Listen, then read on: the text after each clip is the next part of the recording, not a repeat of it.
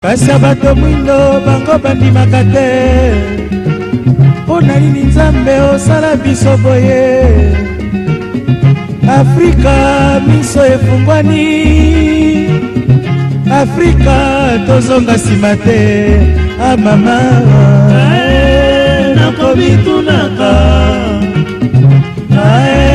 nakomitunaka.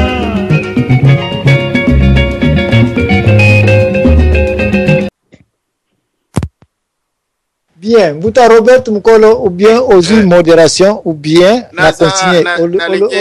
Yoga modération pour nga pe na koti na masolo ya un peu définition de Kimbangiste debout siko. Na pe so maloba, ozo pe modération. Naza ko intervenir 2 petites minutes et puis après tokende na zo modération et puis to continuer. Mbuta Muntu, c'est vrai. Les remarques que vous êtes en train de faire, ezali kitoko mingi. La question de Papa Simon Kimbangu, naza ko limiter yango pe naza ko pesa yango na sens que oui, c'est un grand esprit, lui contre tous, contre l'establishment colonial. Et establishment colonial wana ezalaki nini?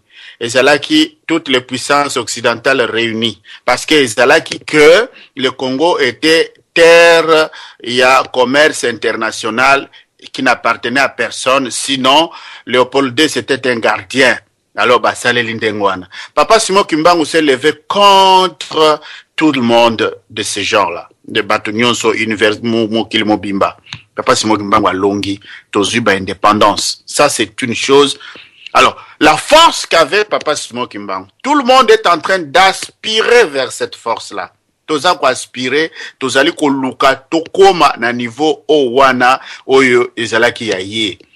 Alors, à ce moment-là, on ne défie pas. Sinon, tous ceux qui croient en sa philosophie auraient fait comme nous le faisons. Pourquoi nous, on n'est pas capable de le faire en même temps comme lui? En même temps que nous allons dire, oui, lui, c'est un grand esprit. Totelemi na cadre, il y a esprit wana. C'est une réalité que l'Ikamboya Église Kimbangiste qui est né de message à Papa Simon Kimbangu, c'est un cadre. Ce message-là, Oyoba Kimbangiste va créer, c'est un cadre. Mais l'Église Kimbangiste, Papa Simon Kimbangu a prêché la non-violence. Est-ce que nous faisons la non-violence, nous tous qui nous disons tout ça? Qu'est-ce qui se cache derrière la politique de la non-violence? Lui-même n'a pas pris une arme pour bateau basako beta et film bukocha na libulu tono ya maya mungwa. A beta ka bangote, mais ce n'est pas parce qu'il manquait de force. Il ne l'a pas fait. La non-violence. Est-ce que cette politique de non-violence, nous pouvons la faire? Buta mukolo bolimi si yoza mwana kat o continue na yo. Mais naza na pe très mayele na émission o po que ne pe coup sur coup na point penza parce ça émission moko za simple mais ko comme complexe to kumbela na modèle boy. Question zali awa Buta mukolo mais quand peut ko répondre biso avec précision. Soki totali bien na makamu na collectionner et pas bande ka ba Kimbangi c'est debout. Na oyo papa le fou auti koloba na onde ko odo auti koloba awa yem ta provoquer kutu a changer bagage très bien. Soki totali ba net ka ban Kwame Nkrumah ba Ali Selassie ya Ethiopie kuna ba Bob Marley ba yemba bango to moni pe ba Martin Luther King ba Louis Farrakhan ozomona ke ndenge ba tombolami na mokili. Mutu moko aza pena ko s'intéresser na quelle église Martin Luther King aza okenete, quelle église Louis Farrakhan aza ko appartenir, to quelle secte ba Ali Selassie baza ko appartenir. Mais mokili sans limite partout au monde ba noa ba lobelaka bango. Question ezali awa, soki bango bakomi na niveau wana banani bato balobela bango, banani bato bakomisa wana niveau wana, tia mupiko na pembeni. Toya na côté Mfumu Kimbangu avec les Kimbangi c'est debout o batelemi lelo. Pourquoi combat Papa Simon Kimbangu soki eza ko lobela ma eza universel seulement parce qu'il y a l'église Kimbangi au Canada, il y a l'église Kimbangi en France, il y a l'église Kimbangi à Luanda, boyena boye. Ba place aux église Kimbangi ezalité. Pourquoi le nom de Mfumu Kimbangu n'atteint pas aussi cette magnitude net kaka ba Mfumu Ali Selassie ba Kwame Nkrumah? Est-ce que techniquement parlant il n'y a pas une erreur ou bien une mauvaise philosophie. Ton algorithme est très bien pour découler na niveau où na 2013 auto komi comment mfumukimba otuni ba gabonais ba yebi ngote otuni ba libanais ba yebi ngote mais otuni ba Martin Luther King Kwame Nkrumah ba tout ça ba yebi. Pourquoi l'église kimbangiste source ya mfumukimbango ba tomboli comme Papa Simon Kimbango à niveau restreint, à niveau seulement de l'église, de la religion, de Kimpeve, mais et à niveau ya ba Rwandais, ba Ougandais, ba Burundais, ils ne savent même pas qui est Kimbango. Pourquoi? Yo en tant qu'historien, fais ça un peu anthropologie, pourquoi est-il qui comment Kimbango n'est pas ba mbuta on a autre tangela pour ne citer que eux. À vous. Bambuta nyonso wana ba intervenaki d'abord sur le plan politique, ils ont bénéficié na ba médias. Mais pour le cas de Simon Kimbangu, il y a un blackout médiatique sur Simon Kimbangu. Un blackout, je dis bien. En Belgique, batu type moko akomaki mukanda nazoko bossa na kombo na ye na banza ekoya bolimbisi Jules Chaumet, voilà, Jules Chaumet. Jules Chaumet a écrit un livre sur Tata Simon Kimbangu. Mais vous savez qu'est-ce qu'on a fait de ce livre-là? Même les Belges ne savent même pas. Bazwa livre wana nyonso, ba somba yango na ba service de sécurité, ba nyata yango et tambola pété. Bato mususu bayokaki Tata Simon Kimbangu alobaki ndenge asalaki musala na ye presque ba establishment nyonso magique ba telemelaki mfumu Kimbangu mpoete likambwana etambola te parce que il prêchait contre biloko bango basimbi oza kopesa bango nguya sur le plan politique. Ça c'est sur le plan international. Sur le plan local au sein de l'église kimbanguiste. Oui, il y avait des gens qui n'étaient pas bien éduqués. Bazalaki n'a pas diplôme mingité, même pas diplôme, mais Bazalaki n'a moyen surtout. Éditeur ni n'a reçoit ba idée à Simon Kimbangu a imprimé ango. Azalaki te. Nani a reçoit ba idée, nani a rememango na bibliothèque, na ba imprimerie mpoete esalema. Ezalaki te. Il y a une faiblesse à ce niveau-là. Faiblesse ezali bato bazalaki na foi kaka mais muto azalaki kozwa le devoir ya kokoma makambo ya ko défendre yango azalaki te. Mais Papa Simon Kimbangu lui-même savait très bien avec une lucidité telle que tango kombo na yeko tambola ezala ba génération ya bana après indépendance. C'est-à-dire biso ba oyo bino ndenge toza koloba boye aujourd'hui on parle de Papa Simon Kimbangu. En 1921, 1959, mission est bandie le 6 avril 1921, na 60, disons, l'ère de l'indépendance. Comme Simon Kimbangu, c'était un interdit, les églises catholiques. Blackout, ndenge na wote oloba blackout, mutu moko te akoki kolobela yango, mutu moko te akoki kotangisa yango. Même au Congo, on n'enseignait même pas Simon Kimbangu. C'est-à-dire que on dirait qu'il y a une grosse décision qui est tombée de haute sphère mpona ko nyata komboana. Mais malgré ça, Papa Dangenda a pesa kikutu image moko alobaki que le kimbangisme ressemble à une fleur rose oyo bache na se ya béton wana ezali na 100 km ya épaisseur. Mais ezali kokende fleur wana etoboli béton wana ebimi libanda esali. Donc ce qui signifie que dans les sphères ya makambo oyo ya mfumu Kimbangu na cadre ya spiritualité ya bonzambe oyo alataki ezalaki likambo munene esali que bato oyo bazali kokonza mokili balingaki likambo wana enyatama ti ezala libela. Mais contrairement à ce qui s'est fait, église Kimbangis, ezali kobima, comme la fleur. C'est impossible de mettre le béton et puis on a la fleur et tobola. Et ça a tendance à bima na pembeni. Mais l'image était telle que les kambatata Simon Kimbangu eleki kilo na makambo tuza koloba. C'est-à-dire que même moi, vous me traitez que nazo kolobela bilo makambo histoire te, parfois quelque part vous trouvez que je suis en train de dire des rêveries. Non, c'est justement le niveau, la grandeur de cette affaire-là, dans le cadre il y a mission à Papa Simon Kimbangu. Oui, il a libéré sur le plan politique. C'est une réalité. Papa Simon Kimbangu actionne sur le plan politique, a libéré Mbiso. Mais ça ne se limitait pas là. Et quelle politique? Pas la politique locale, mais c'est la politique universelle. Ya mokili, likambo ya mabele oyo, la terre immergée des océans. C'est ça le vrai problème du kimbanguisme. Donc ça dépasse l'entendement et la compréhension de ce que nous pouvons faire. Donc ils allaient au-delà de Makam. Par exemple, makambo yo Mbutazambwa no lobaki dernièrement, ça s'est dit à l'église kimbangiste, Nzembo ezali esika ba tchaki nkolo yesu na ekuluzu ngai Simon Kimbangu ba bengaki. Mais comment pouvons-nous comprendre des choses comme ça qui se dégagent à travers les cantiques kimbanguistes d'inspiration kimbanguiste ezali kobima?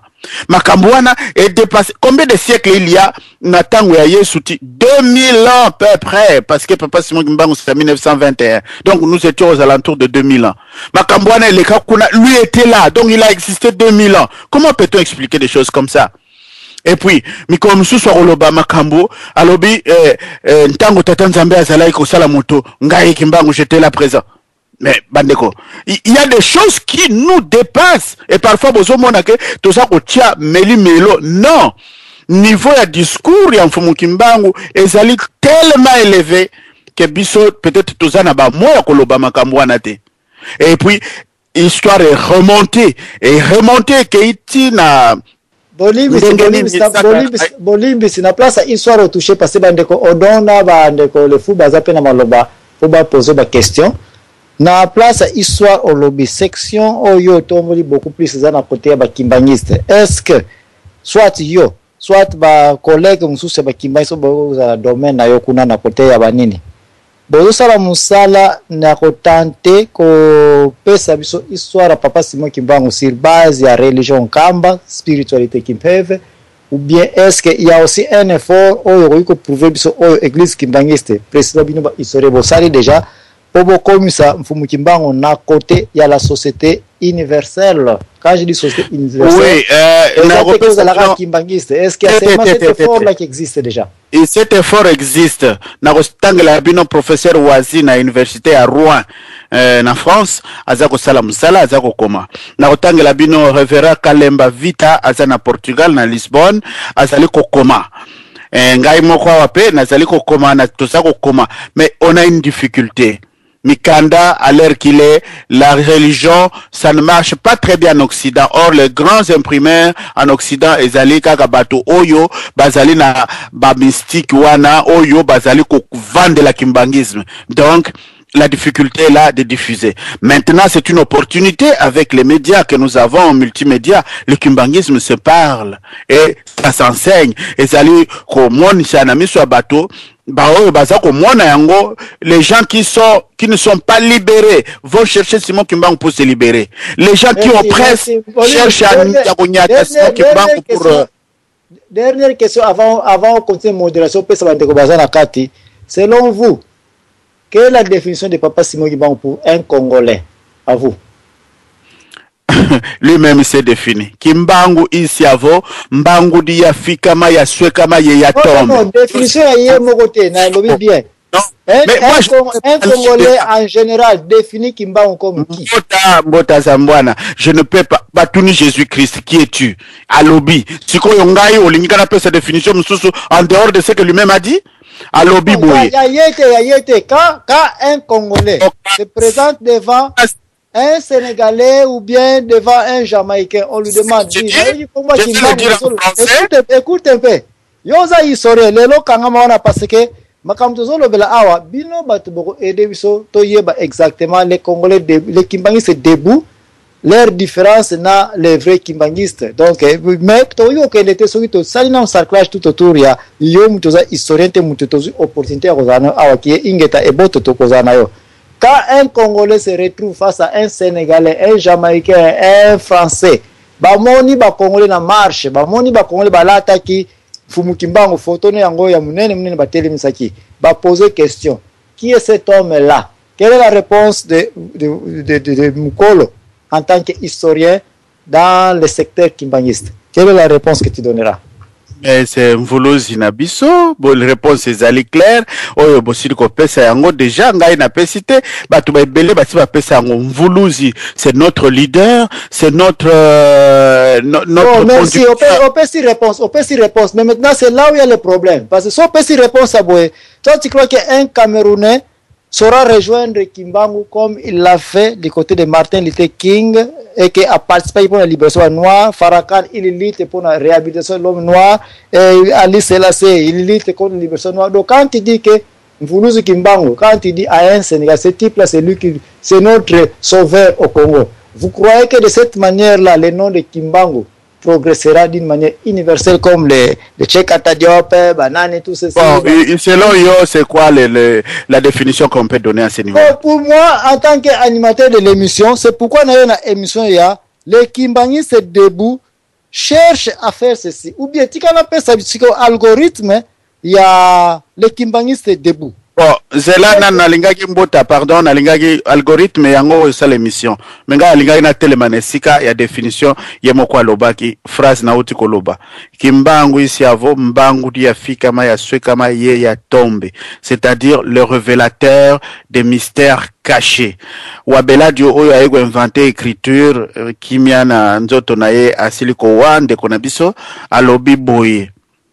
C'est lui qui m'a donné l'écriture parce que ngai Robert Mukolo tozalaka na faculté à polytechnique na université na 1983 mpona mandombe tokende kolakisa yango kuna na faculté tokutana na monsieur de Brook alobi niveau ya mwana oyo azokoloba makambo ya mandombe oyo eza niveau ya bato ya likolo.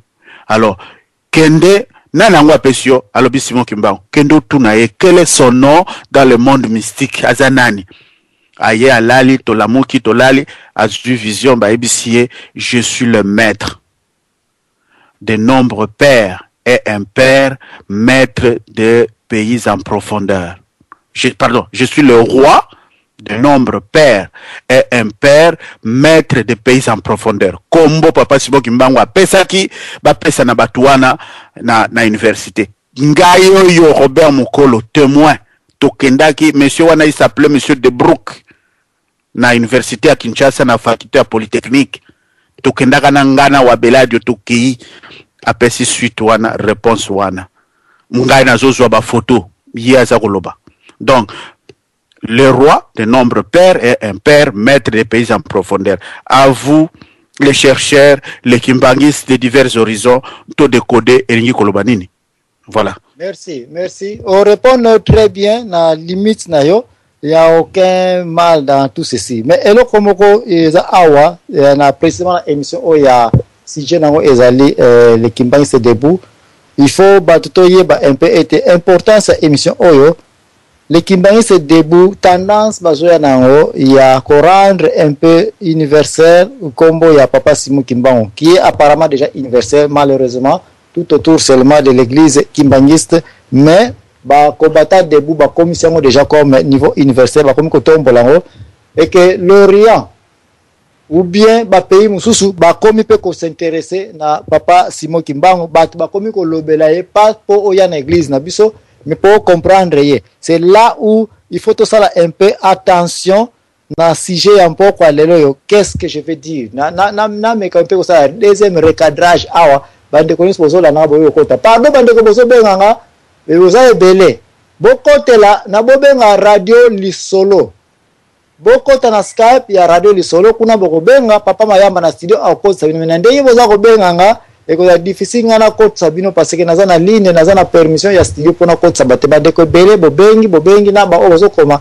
bokota awa deuxième recadrage ezali awa to yoki papa Mukolo a définir vraiment ba makambo biso nyonso to comprendre sikoyo de kimbangistes debout selon ma collection d'informations sur nazui leur intention que sikoyo il faut tous en fumukimba comme une philosophie tout autour de nous les Africains tout autour de l'homme noir na ndenge définition ezali laki na comment selon algorithme na bango qui algorithme signifie règle pour na ba technique pour na comment na implication ya kopesa définition ya théorème oyo bosiliko dresser, il faut qu'il y ait des lois balobi boye to bakendaki na boye le kindwadi ya umte succéda ki Mfumukimbangu immédiatement après 21 mouvement wana malheureusement eko kufa na 60 tango but na bango cible ya indépendance bazala eko pointer et yai ko zwa mana yango, donc ils sont déjà saturés bazaki satisfaits na tango eko kufa eko pesa le mouvement ou bien l'église kimbangiste oyo immédiatement ezui Mfumukimbangu elongole na makolo ya libération et comme si na ndaku ya église da côté Kimpeve et tamboli bongo et boti ba église belé ya Kimpeve longo ba Kimpeve longo qui yango comme te comme les églises de rêver parce que ça suma ndala la tête lokola ba instrument ya ba sonorisation et comme nango ba comme kokosa que baza sous ba Kimpeve longo mais en réalité les églises de rêve ce sont les demi sous-sections de l'église Kimbangi ba Kimpeve longo ba e comme on a été biloko oyo e ko supporter politique na biso. Mais alors, quel est ce support-là? Support et possibilité qui peut les autres années le que Congo dernier pays au monde peut payer en Sony. Alors, le Congo ba commission na niveau wana bango le Kimbangi se debout. Ba eko revoir ba masolo e belé auto ça na ba radio na ba recherche na bango. Ils viennent de comprendre que non, nous avons un trésor caché au Congo et que si nous pouvons seulement fouiller, bêcher, lécher, ne laisser nulle part là où la main passe et repasse. C'est là que nous sommes. L'universalité de Mfumukimbangu doit-elle être du côté religion ou bien du côté libération, réhabilitation de l'homme noir? Des recadrages, est-ce que les Kimbangi se debout? Baza deuxième génération, ezako yate to et limité na mikolo et que ceux qui problème les allés. Lequel? Ceux qui basent la raison. Laquelle?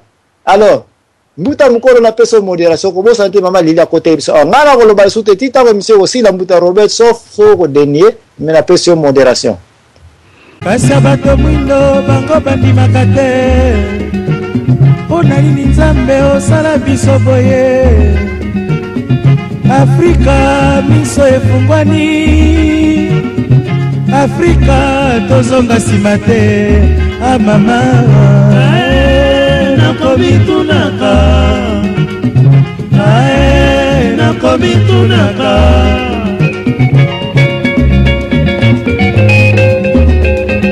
ya solo to kopesa nano maloba na mama Lili ya uti kokotela biso tozale na bandeko mbuta udo mutazali na biso awa mbutalefu mpe basusu bazali ko se bousculer na portillon ngape bandeko msu bazokomela nga yawa boye na sengi bobenga radio lisolo Skype kuna après ye ako pesa bino nzela.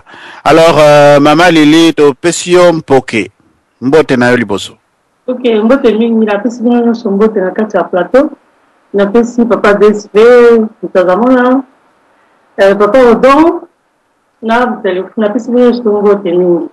Na inga tu na question par rapport à parce que nokaki aloba ke ce que kozwa okekambate voir moyen zo ezate. Siko yi lokola kadila lokola monsieur le président ke le kambate. Akende kambate ye kabila potimba ngwa ke kamba. Siko ngana ina ye batoma kende kuna ba epseki nini elo ni pene le kai kuna tawo ya kende kamba. Ndelo ngana ina ye bakaya ngwana. Mpoke ezali pa ya mbuta zambwana soki mutuna ezali diriger directement pa na yo. Soki okoki ko répondre. Merci maman Lili, merci na bokoti na studio. Réponse eza kokoso. Place eza kokoso awa eza boye. Tolobela ki yango avant date ya leloyo. Toyokana bien. Que politique et sa religion, ça ne peut pas marcher précisément au Congo parce que l'indépendance au Congo ils ont marqué sur base à force religieuse. Voilà pourquoi nous insistons que Nyonso olingo sa la politique na Congo ko bosana Mfumukimbangu te. Et quand tu dis Mfumukimbangu aza collé avec Nkamba. Voilà pourquoi Nkamba eza place on a recommandé ki na batu tozwa yango comme notre traité. Traité de Nice ezali, traité de Rome ezali, traité de Chopi bauti ko kabla Kampala bauti kuna. Ba place nyonso ba traité lekelaka ezaka na moi force mobo ezaka na moi histoire na yango. C'est pourquoi moi j'ai toujours recommandé que biso na Congo tozwa Nkamba comme place na biso ba traité ba accord tozo nkamba. Pourquoi? Parce que Mfumu Kimbangu avandi wana mausolée na eza wana. Ceux qui tokoki kozala regrouper tout autour na ye, reconnaissons aussi nkamba. Voilà pourquoi j'ai recommandé que Moutalinga sa la politique na Congo, abosa na nkamba te, alambana avec nkamba. Mais je n'ai pas dit que alambana avec les Kimbangistes, alambana avec nkamba. Il y a une confusion qui est yango bandeko ba Kimbangiste debout. Lelo na émission otoza kosala bazo tante ko kabola bisoto na solaki na bango que ceux qui tokoki kozwa Mfumu Kimbangu comme une philosophie, comme un théorème, c'est très possible que le Congo va avancer de l'avant. Mais ceux qui tokozwa Mfumu Kimbangu comme l'église Kimbangiste des Verts Blancs, il y a une complication. Tant on a analysé, moi je commence à leur donner raison que pourquoi comment Mfumu Kimbangu est université même na kata Congo, c'est parce que nous salinga se connaît Mfumu Kimbangu, mais ils pensent que s'attacher à Mfumu Kimbangu signifie que tu deviens Kimbangiste de Verts Blancs. Et s'attacher avec les Kimbangistes de Verts Blancs, il n'y a aucun mal. Mais Bango Moko va présenter Bouzoberi, l'église Kimbangiste n'a plus une valeur morale dans cette date. Voilà pourquoi danger comme il y a photo de sa situation. Bango, toi et des peuples congolais qui keba l'universalité de Mfumu Kimbangu, to collé directement avec l'église Kimbangiste c'était désormais. Maman Lili, on a des réponses dans la mais pardon, Limsanga, parce que la réponse, on a eu qu'on vient de ndenge ya kendeki kuna na kamba ndenge na yeba akendeki na kamba donc avant d'aller na pouvoir surtout tika na soko ko bunda to tika ko benga na ye lokola ya weli saki akena kamba c'est que kamba et le vient avant na pouvoir ndenge kamnene baka ngwana mais merci les réponse on appelle ça en 2011 avant le 28 novembre avant l'élection et c'était en pleine campagne j'avais dit ceci mutako yikolona eloko yopo ye oye kolongolango ou bien mutatie livré yo ko tia la bonne herbe biloko bo ekendaka ensemble yo loni herbe kitoko mutumso ye kolongolango le fait que Kabila a précipité mais akendaka régulièrement en Kamba il présente que il peut diriger ce pays et il doit aussi mettre en considération la religion kimbangiste qui est la religion mère pour le peuple Congo. Voilà ya lambalaka. Ma recommandation était que Papa Tshisekedi na mutunyo salingi pe kokoma na niveau ya Bakabila. Il doit aussi aller, la livrer au Kabila, c'est à l'ONU déjà, aller aussi en Kamba, prouver aussi au peuple congolais que il peut diriger le pays tout en associant avec Mfumu Kimbangu et en respectant aussi la religion. Chose que Papa Tshisekedi n'a pas fait et ça lui coûte cher. Parce qu'il a prouvé qu'il a tendance de s'associer avec la religion au Congo ou même supporter la religion mère. On parle aujourd'hui de l'universalité de Mfumu Kimbangu pendant que lui-même Papa Tshisekedi ce qui te l'a dit histoire n'est très bien je dirais pas cela clairement parce que dans la preuve il aurait dit menacer l'église Kimbangiste vers les années 60-70 qu'il fermerait cette église là et il a aussi des rancines contre les Kimbangistes on sait ça très bien. Au Koki ko diriger Mbokate quand il y a des problèmes avec le nom de Kimbangu. Tu ne peux pas, jamais. Voilà pourquoi, nous saluons que la Kabila, il faut y être à l'anda makolo ya Papa Tshisekedi pour nous télémela Nkamba, n'a ko présenter moins d'importance dans Nkamba, moins d'importance dans Kimbangu. Et l'unique va être que Papa Tshisekedi ne construira jamais un monument sur le nom de Mfumu Kimbangu et à promoter pe Kimbangu te na vinaye. Voilà pourquoi il a des problèmes et ça lui restera comme ça. Napesio maloba ndeko Robert Mukolo ya solo bandeko mama Lili na banza ozue ya nonayo tozali kokoba na moni lisusu la victoire 81 à côté libiso toza kopesa nanu maloba na bandeko baza kokotela biso sikasika azalaki abimaki ou bien tozongeseli batu soki mbuta victoire alobi pongo toye na mbuta odon toke na mbuta lefu alors la victoire 81 Maloba mboka yo. Merci mingi ndebo pesinga maloba. Na comprendre malamu réponse à pas ambwana te. Donc na réponse à pas ambwana iningola kisaki muto il faut diriger Congo, il faut kende na Nkamba. Sikoyo na place wana Nkamba et pas ya moli au centre azako boya réconciliation na bandeko na ye. Na place ya Nkamba et pas ya moli au centre batestament le couteau zo bimakuna na kati ya Nkamba oya molio mosantu baza ko utiliser ba soda Kabila pona ba maltraiter bandeko na bango donc sikoyo na Nkamba wana bonzambe muteza kuna to budiabu muteza kuna po nazo mona po soki Kabila akele na Nkamba c'est que baza ko marcher même onde na papa Simon Kimbangu to mais na batu oyo soit disant que bazali bana to bakoko ya papa Simon Kimbangu mais si ba devient la bango nzela donc baza su na bunzambe te na kati alors baki ko ça sous pouvoir na bango makasi po na kokama mingi papa Zambwana lobaki soki moto ake na nkamba te akodiriger Congo te mais wana ezali pasi po bango moko kuna na kati na bango boyokani ezali te bango moko na kati na bango kuna bafausseté ezali kuna wana sikoyo biso bapeuple congolais boli kozo biso bazoba to banani nalobi nde wana pourquoi mpo na bazaire bavotaki moto adimaki na bavo ebe ezali nani Tshisekedi. Donc c'est que bapeuple nyonso balingi na bango nini Kabila te mais soki lelo moto alobi ke non lokola pa Tshisekedi akendeki na nkamba te yango na a du pouvoir te donc c'est que nani moto aza na kamba moto ayebisaki ke mokolo bakoproclame élection yo bimisa bachar mpona ozwa pouvoir donc c'est que baza complice bango na Kabila. Merci mingi. Merci, papa Robert Libo. Oui, c'est ça. Bolimbisi. Ok. Ozomona, problème yango, justement, c'est là où il y a un problème technique. Quand il part en Kamba, sokoza okenepo na fumukiangani. Quand il part en Kamba, na niveau tozali kozula bango, ba niveau ya ba leader na biso.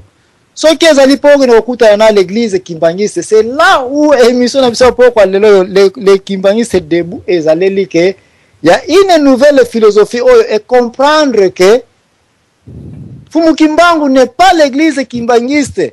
Mfumu Kimbangu n'est pas un Kamba oyo kenokuta na Mfumu Kiangani. Il faut savoir bit na yo ozako ke la Nkamba. Si c'est pour prouver à la population congolaise que tu peux diriger ce pays tout en reconnaissant Mfumu Kimbangu, alors cette démonstration n'a qu'un seul lieu pour le prouver, c'est Nkamba.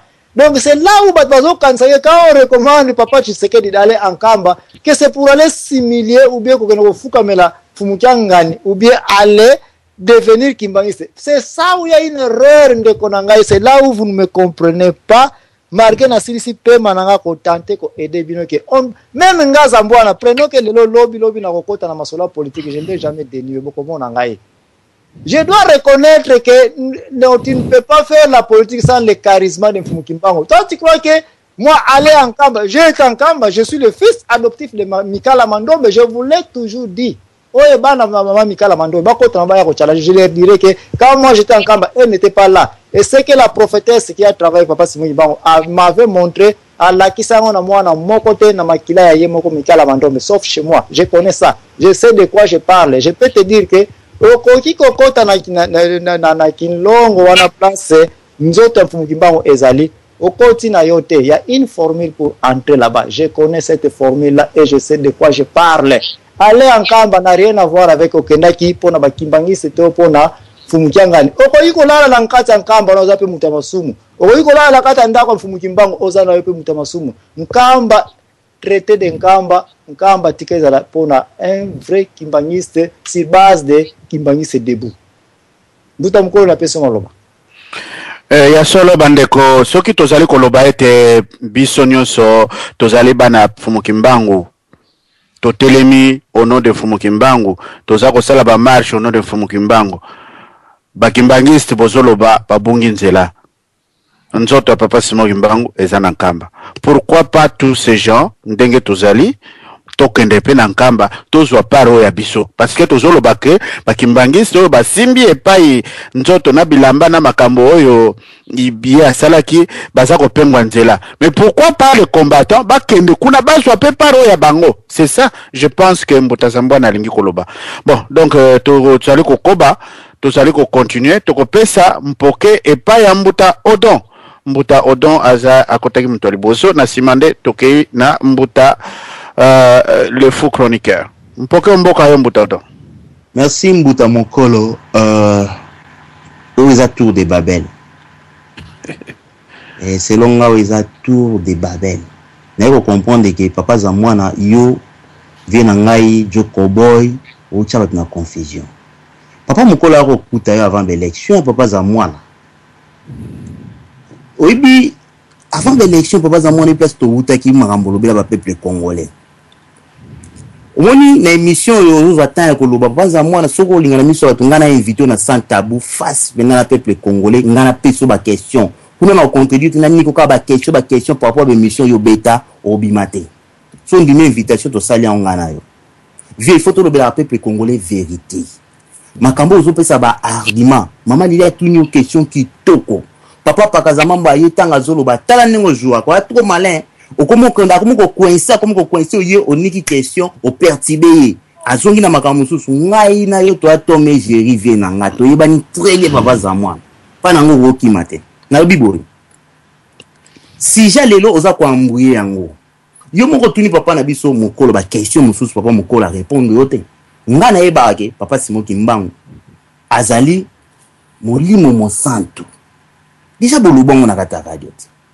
Papa diangenda mutu moko aza Yesu Christo Jésus ou bien biloko moi bon fils Dieu le fils après boloba yango na kati ya radio si on na mona yango somo pe soni ya kozonga na lobby ya ki maka mususu bosali baba débat ngana ya kozonga sango le na mona yango bien te tokenda liboso oyebi biso thème eza bien mais ozoko ka yo moko ko développer te po bobima donc na yo makambo yo zolo banango zolo ngo banake kimbangisme etambola bien te soki na résumé ngo kindenge ya bongo to bima libanda idéologie to vana idéologie ya Simoki Mbangu ça veut dire que on dit que kimbangisme batambola bien te ba kimbangiste et ba na kata idéologie ya Simoki Mbangu te yo ndimi yango parce que yo ndolobi yango mama lila tunyo question moko tunyo bo papa za mwana soki bana mibale olobi oya kokota na chambre nanga ye wana nde na kopesa elipa ona simbi na maboko si c'est que la quotité Kabila koti répondre des questions à maman a tourner aussi ko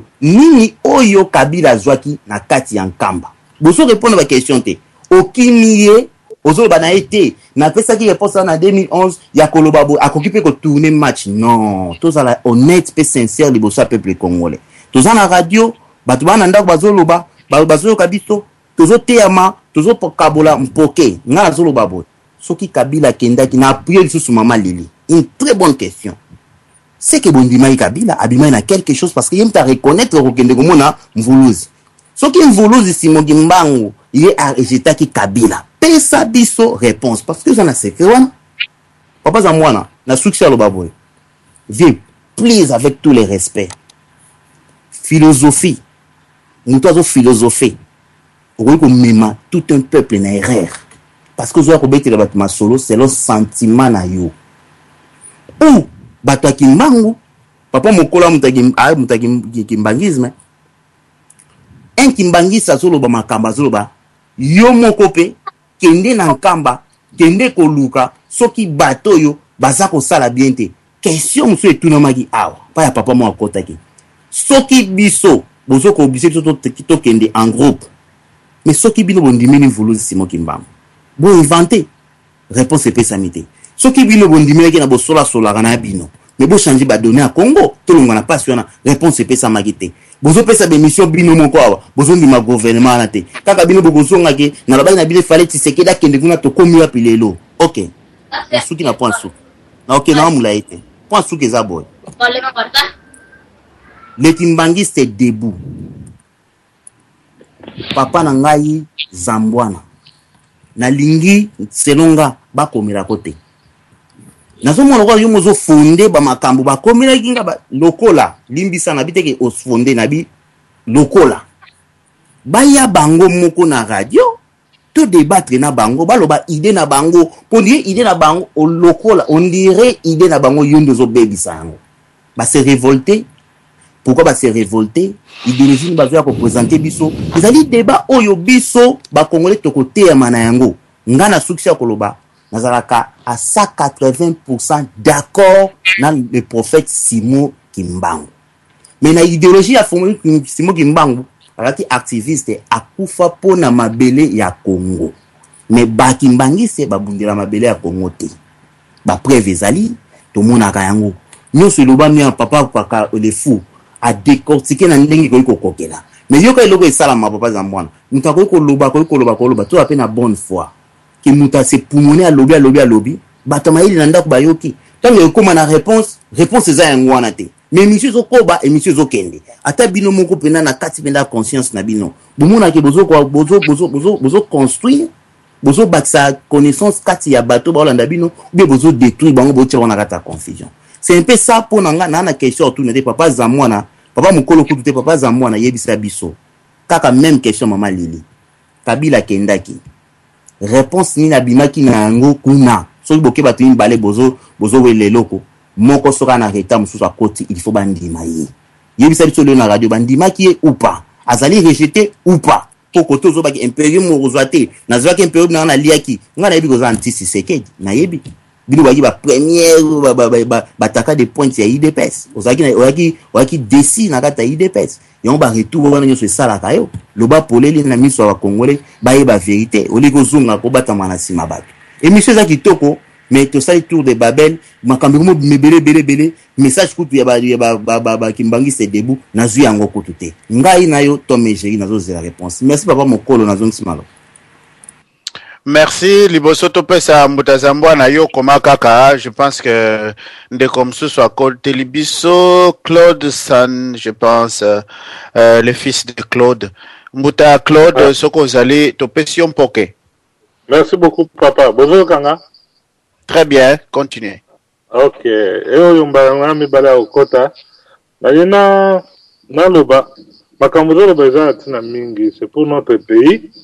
Mais nalina corriger muke papa Nzambwana nalinga kokolanda émission na mingi en tant que kulutu mais makamusu salobaka de ce vagabiso mingi parce que nous tous on lutte pour le pays n'est pas pour Tshisekedi ni pour Congo na ezabiso nyoso abotama kuna Tshisekedi abotama uko ebiso nyoso nous luttons pour que pays na biso ezala délivrer na maboka ba Rwandais ngana nazo bisabino boye natanga na côté ya likolo kuna na yebi bato na ndenge bazali mais lelo ngana zali na Kishasa tango Kabila ngana fana na ipen Kabila azoleka na mutu kana yewana akende ke nkamba na azoleka na ipen wana azotika mama bulu nyosa esala magi ya banenga azoleka azokende tango azokende kuna ba invita kayo bien akende ke moko wana papa zamana azotuna etango oyo bozoloba ke aza nzambe wana tango azo ya Kishasa azo fukamela Kabila boye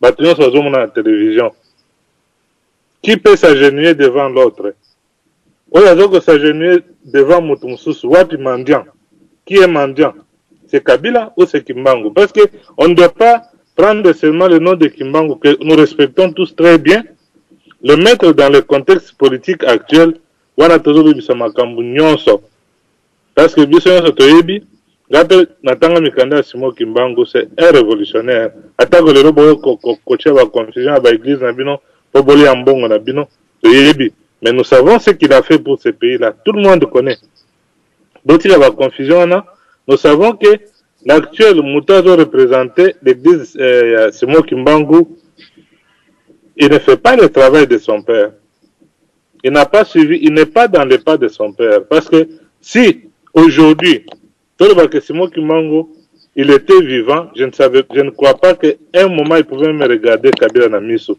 avec tout ce qui se passe au Congo.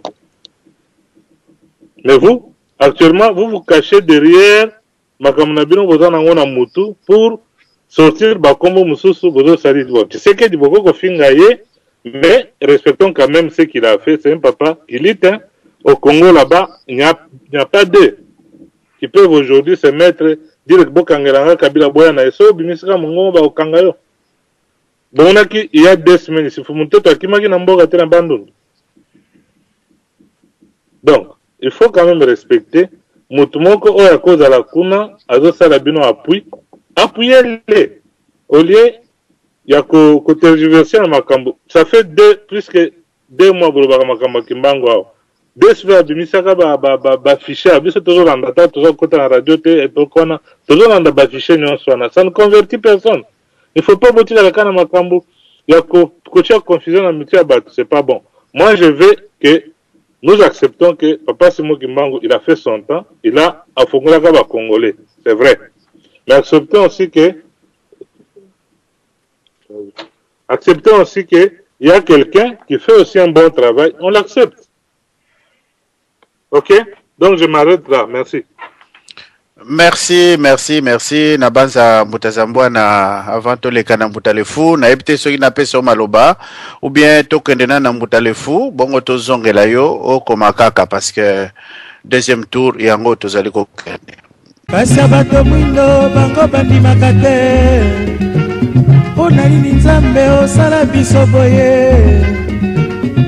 Afrika miso efungwani. Afrika tozonga nsima te. Mama nakomitunaka.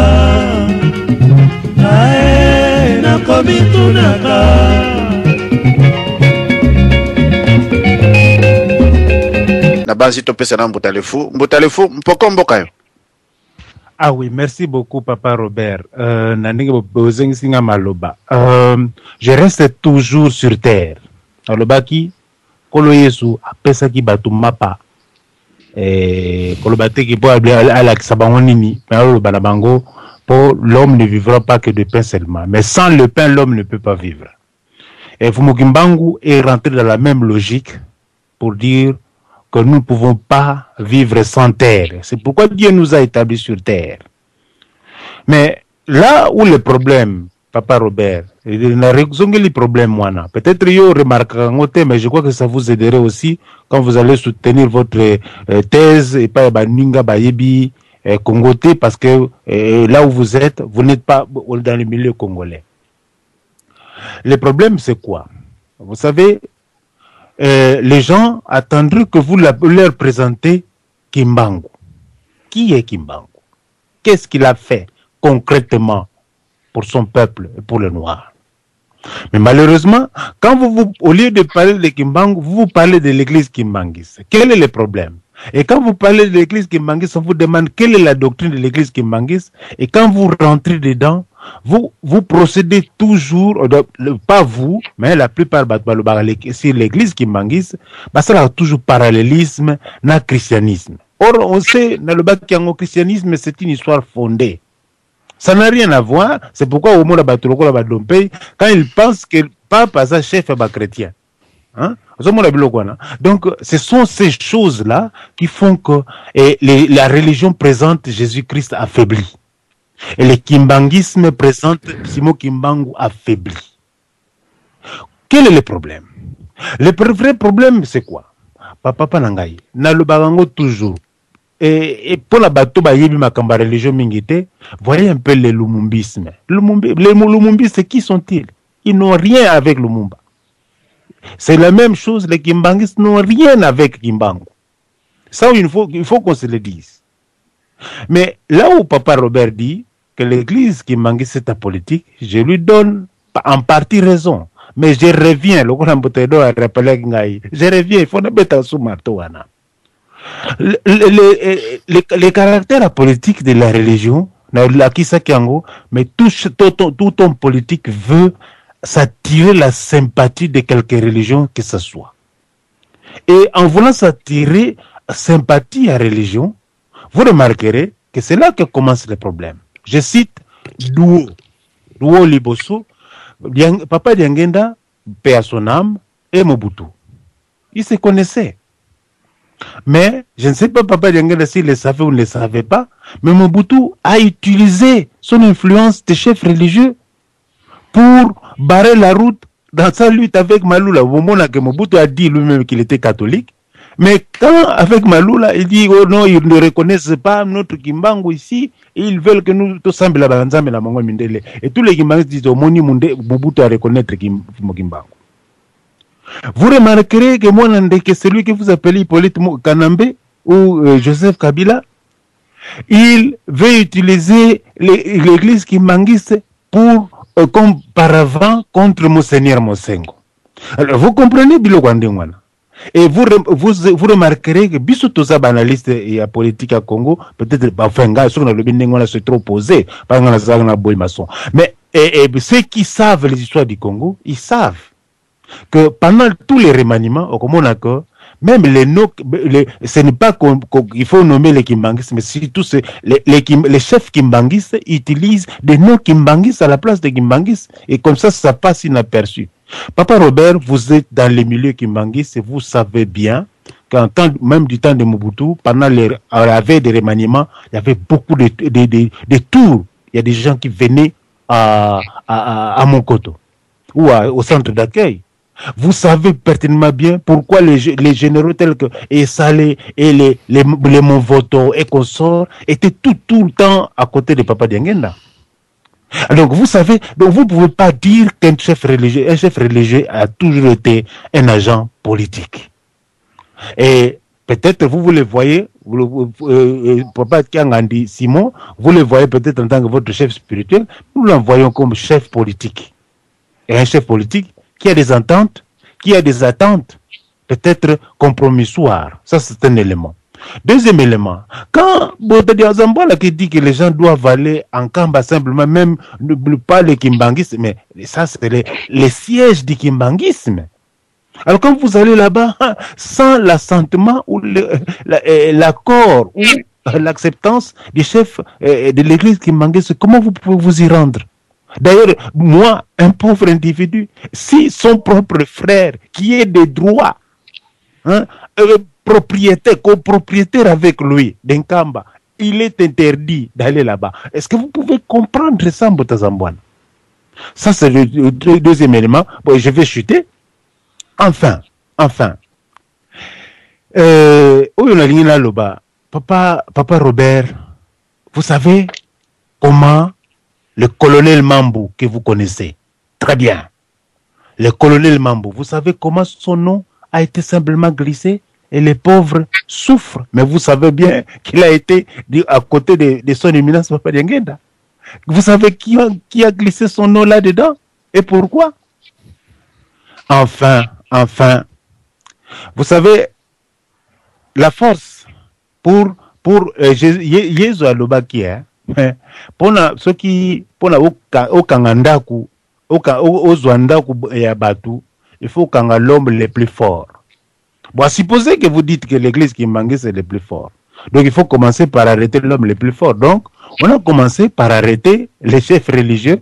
C'est pourquoi vous voyez que le Congo souffre, parce qu'on a arrêté selon votre entendement. Mais moi je pense que c'est la responsabilité, la conscience individuelle et collective des politiques congolais pour prendre nos responsabilités, les destins de notre histoire entre les mains qui font que nous acceptons n'importe quoi et n'importe quelle bêtise. Et ça n'a rien à voir avec la spiritualité, parce que la spiritualité est individuelle. S'il y a un groupe qui doit s'en occuper, ce sont des initiés. Moi, donc ne me demandez pas là-bas, posez-moi des problèmes de droit, moi je vais vous parler du droit, posez-moi des problèmes politiques, je vais vous parler de la politique. Donc moi je ne suis pas un initié spirituel ou de quoi que ce soit, je dis les problèmes, il nous faut connaître nos droits et devoirs et nous devons nous battre jusqu'à la mort pour nos droits. Et le droit minimum, c'est le droit de vote. Voilà ce que je peux dire à cet instant. Merci. Merci. Na ba question na banza batu ebele ba pesa ki mituna na Mbutazambwana na ntina ya makambo etali Nkamba solo Papa Zambwana na pesi nanu maloba peut-être ngai na koloba mwa mukena sima mais to pesi nanu mpoke et pas na Merci. Bon, en tout cas d'abord naza ko féliciter ba question so yuti ko ya awa, je suis préparé pour à partir de Washington à la place dans ba mentor na ba préparer na ba nzela politique et lo komi balé ba yebsa nga fona sala très attention na vie na politique na religion au côté ko convaincre batute mais au côté ko tenter ko expliquer parce que mutu soki na politique alobi ngana linga candidat tel ngana linga parti politique tel au côté ko convaincre yete sinon boko swana jusqu'au point où boko yo karate pe ko perdre voix na yo so ko zala mutu na train ya campagne religion pe ba yebisanga yete religion ko bo mapeta mingi wana te parce que na religion soki mutazi ke te nzambe a existaka te Jésus azaya solo te ngai ko ndima na boy na boy tika na yo ko débattre na mutade wana parce que oko kano convaincre yete que lo les alito ezate to nzendenga zo tambula. Donc religion na politique est sujet o tozana wana poko lelo tozo tenter ko yeba soki politique ya Congo et ko s'attacher avec la religion. C'est parmi ba sujet très clé, ba sujet très capitaux o to ko zanango na politique na biso Congo o aussi l'enfi possible ba politicien na biso na ba o bazana mouvance na ba bazana opposition na ba o bazaba activiste il faut baya kana opeza mingi na ba radio télévision na ba station ndenge parce que c'est là où il y a vraiment la complication batu ba vivre à si base ya politique ou bien si base ya religion, il y a des choses technologie médecine biloko ya kana après, mais quand la religion ou la politique ne marche pas, moralité civique ya batu eza ko beba nde bisika wana na ko tenter ko répondre papa Claude Son que avec tous mes respects et que c'est difficile pour nous répondre à ma question nyons au pesinga sinon que na kondimaka suggestion au pesinga. Et pourquoi? Parce que l'un des candidats au lobby n'a pas besoin na yo, tout comme n'a pas besoin ya ba o ba ko réponse na alors qu'on répondre directement c'est trop prématuré et qu'on la calme freinage to bâton na baru ya nzela ya ngai moko contre existence na ngai ya nzela na politique soki na nzamba ko suanga na matana créneau politique. Donc voilà nde yango na ko répondre yo, mais elo kana ko tenter pe ko frôler concernant respect na ngai na mutu oyo azali ja ko sala effort na politique ya changement na Congo qui est Papa Etienne Tshisekedi. Respect wana na mo politique qui est yango mutebe biso na Congo. Selon moi, ceux qui ont commis kokoti saba mo respect na politique, ozo risque okoma na misu bande. Ezalenti a mama na yo soka sali mabe, toi se comporter mal, okolinga kolobela yango te pourquoi parce que azaka mama na yo. Mais dans l'anta mama na yo salaka kindumba, azako déshonorer ndako. Mais otiga parce que ye mama, mais soki mama ya mutu mususu nde au lobby et puis changement et salemi. Donc nous devons être prudents pour na koloba ete parce que Papa Etienne Tshisekedi aza na charisme na biso na opposition et que faut tout na respect na qui est écolipe de la part échec tokutana en 2011 parce que nous lui devons trop de respect et puis il n'y avait pas de suggestion oh il y a lobby yango kaka comme a dit Aristote yango mtele na 2011 et cette erreur là continue jusqu'à aujourd'hui pour dire que makamunyo so parce que tout na respect na Papa Etienne Tshisekedi ba erreur na yeto linsu ko mona ngote to linsu ko lobela ngote et ça nous coûte maintenant milimo za kokufa politique elali preuve soki Papa Etienne Tshisekedi ayaka kosala politique pour la libération ya pays depuis son existence na politique. Pourquoi natango ba campagne esili? Pourquoi natango proclamation des urnes et salemi toza suko yoka yete? Mais quelqu'un qui cherche à libérer un pays, un activiste reste actif pour toute sa vie. Makamba kampale za koleka, makamba badio meza koleka. Est-ce que vraiment un activiste, pourquoi il doit se taire? Pourquoi tout ça comme sous contribution a été? Donc on va encore attendre 2016 pour tout le monde sous Papa Etienne Tshisekedi azongi sous na kolobali sous pour motiver peuple. C'est là où erreur est Papa Etienne Tshisekedi. Mais nous avons introduit le mot respect dans la politique congolaise alors que le mot respect normalement la dictionnaire de la politique existe à côté. Congolais réponse à claire, à commenter si la question Papa Claude Son est très sage. Réponse à moko.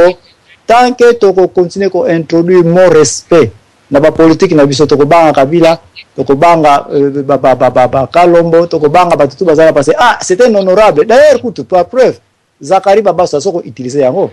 Dit il faut savoir que je suis un honorable. Zasu Zakari Baba c'est un musicien. Maintenant, pour m'accuser, ça va prendre trop de temps, ça va prendre trop de manœuvres. Parce que, to pesi bango bande, wana accordo, wana bazo lataka, yaba honorable. Il faut respecter l'honorable. Aye azu moi sinayo, respecter l'honorable. Ayi bimbongo, respecter l'honorable. Abomi, respecter l'honorable. Le mot respect, na dictionnaire ya Congo, ya politique, pour nangai, to lukelango gom, to boma yango. Papa Claude réponse nanga yango wana. Pour le reste de la question, maman Lili a posé une bande comme ça. Je me réserve à répondre yango parce que ngaipe na la carrière na la politique na za ko préparer. Mbuta Roberto Mukolo na pesi maloba. Je peux répondre. Yes. Oui, Mbuta Claude. Oui. Bon, Papa Zambona, merci beaucoup. Hein. Ici, nous sommes là pour partager toujours la politique. Pour moi, je ne suis pas encore un politicien. J'apprends la politique. Aussi, comme Mir, tu es déjà un politicien, c'est une très bonne chose. Quand je dis le respect est un mot qui est vraiment appliqué chez les Bantous. Ça, tu le sais très bien, que ce soit, et pas na Congo, c'est le mot, oyo, biso to vivaranango tous les jours. Quand je parlais de respect, c'est dans tous les sens, la connotation yango nyonso. Ce n'est pas que tu vénérer Moutou. Moi, personnellement, Tshisekedi na ebi bien te. Na ebi bien te yoza na mboka yozali awa nga naza pe na mboka moko kaka yozali. Na pe banda kala. Na ebi bien te, je ne l'ai pas rencontré, mais natanga quand même na neve na ye.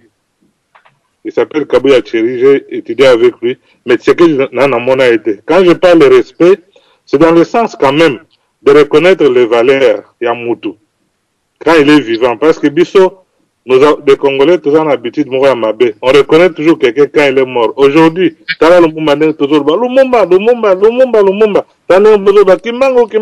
quand il était vivant, les gens réagissaient n'engosent que réagir. Kimbangu, les gens ne l'acceptaient pas. Congo.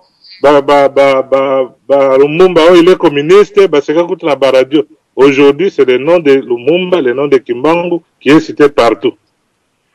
C'est dans ce sens-là que j'ai dit du mot respect, parce que Yoza Kulutu, mais je peux dire le mal de toi. Tu comprends? Mais Yopé, même la politique, parce que dans la chronologie des temps, il sera toujours devant toi. Il y a mon respect, ce n'est pas que tu vénérais Moutou. Quand il fait le mal, on va dire son mal. Une autre chose, quand tu parles de silence, papa, il nous faut nous mettre dans la connotation Yambo Kanabiso. Dans notre pays, ce n'est pas tout le monde qui parle. Tant que Bozo Kakeo, Baché, tu sais qu'il y a une résidence surveillée, ou bien Bazo surveillé, et ça blague. Moi, Nanaye, Oyo, Neve Naye, ça fait plus de 7 mois, si quoi. À côté de temps, on peut visiter oncle Naïte. Il y a des gens bien spécifiés, Moussous Goutou, Basengera Bangwe pas ambassadeur, pour Bakouta Kakuna. Ce n'est pas facile. Ne critiquons pas pour critiquer, mettons-nous dans le contexte des choses. Notre pays, ça ne va pas. Attends, tes photos, il y a bien que basi bazui na caméra na kishata basi bazoi yango. Mukolo ko piétiner kaka. Au moins za la mutu moko obenga kabata ainer na buto lo ba nazo sona mutu moko kolo sona wa bokanga wana to kondima okokendo kozonga. Mais ce qui ba okanga. Donc notre pays, ça ne va pas.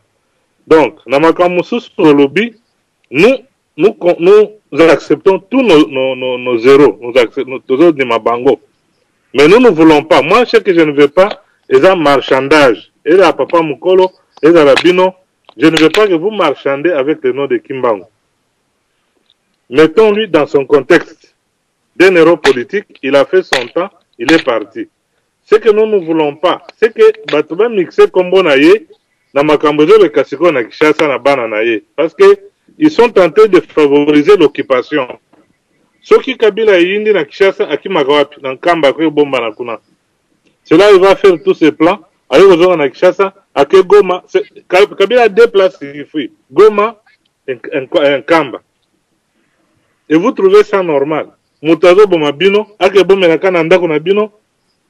Et puis Botiki Nengwana Bolobelagaï le côté. En plus de ça, vous vous ingénuez devant lui. J'ai vu un papa, un vieux papa, là-bas, nani, moi, c'est Kabila Keko Bomba na Kuna, Babengi dimanche, na kati ya église, azo, baso, bilobela nini, un papa est venu s'agenouiller devant lui, devant cette dame-là. Nankamba. Est-ce que vous pouvez accepter de telles valeurs? Poto initiant la politique à l'hôpital, Kamba, c'est un endroit où tout le monde doit fuir, aller prendre des ressources. Vous trouvez ça normal? C'est déjà sué. Parce que vous avez pris Mouto, Yazo, Melamakira, Batu, Bozo, Bomba, Ekuna. Et ça ne vaut pas la peine de collecter tant à Makamwana. Parce que ça ne vaut pas la peine. C'est ok qui chasse le lot au lobby Makamwana. Au moment où il y a beaucoup de Kimanguis refroidis à cause de l'attitude de Moukonjina Bango. Ce n'est pas possible. Batozo Koufandal. Yeso qui chasse, même si on a Kingakachuna. La première chose, c'est s'agenouiller devant Kabila. Mouto, Aïgota Layo. Toi, tu t'agenouilles devant lui. À cause de l'Okonanani. Nasukiwan. Papa, on donne la pression boss. Boli, monsieur Mouta Robert, place, seconde quand on répond, seconde, gars. Ok, c'est bon. Bobo sanate, Israël ya leloyo, Tel Aviv, tamba tarawa Hezbollah, ba Hezbollah wana, ba kimela gab. Na Hebron, nandako ya nani ya place batia Abraham, mwasi na ye Sarah, Léa, banini ba oza 5 na toto la donc na mozoli la ba. So ba kimi wana Israël même bazo ko beta ba masaso ba komela ba tali ba ah so to beta ko to ko mwanga su na ba banzota batezaka awa ya sacré. Donc si Kabila selon ba information na yo qui a kimela karankamba il y a de fortes raisons pourquoi Kabila est très fort là, peut-être physiquement même spirituellement, il a bien compris le système hein? Et c'est le même système que va bloquer la OPT, va bloquer la ONGAIT, va bloquer la OPT, c'est ouvert, Nkamba est là. C'est une bonne décision fouiller Nkamba. Il n'y a aucun mal. Et ça, il doit se protéger. Soit Monique Kimé Nkamba, où est le mal, soit Kimé Nkamba. Il sera protégé si Nkamba doit protéger. Mais on sait mal où on Mukol. D'abord, il doit être protégé de Boïté. Je m'excuse, papa Mukol. Il doit être protégé de Boïté. Regarde, c'est pourquoi je vous dis que vous faites trop de confusion sur la valeur de Simon Kimbangu. Papa Mukolo, écoute-moi très bien. Je ne sais pas si c'est toi le papa qui a écrit des livres sur Simon Kimbangu. Je ne sais pas. Papa Mukolo, c'est toi? Bien oui, j'ai écrit, okay. Oui. Bon, moi je parle. Je parle à Papa Nzambouana. C'est pourquoi nous mettons la confusion sur les valeurs de Kimbangu. Regardez la valeur de Kimbangu, c'était l'intégrité territoriale et puis l'intégrité territoriale, et Kimbangu était très jaloux de la nationalité congolaise. Très jaloux des Congolais. Tu comprends? Et quand tu me dis aujourd'hui que Kabila peut aller Kabila est déjà un Congolais. Kabila est déjà un Congolais. Na barol a joué na poste. On a passé que ça sera aussi une bêtise. Il y a un Congolais, lobby Kabila Sokaza sous la poste, on voyait comme si ce n'est pas un Congolais. Mais il a le secret du Congo. Pourquoi il n'a pas un Congolais ne veut pas aussi reconnaître. Je ne dis pas que Kabila c'est un Congolais.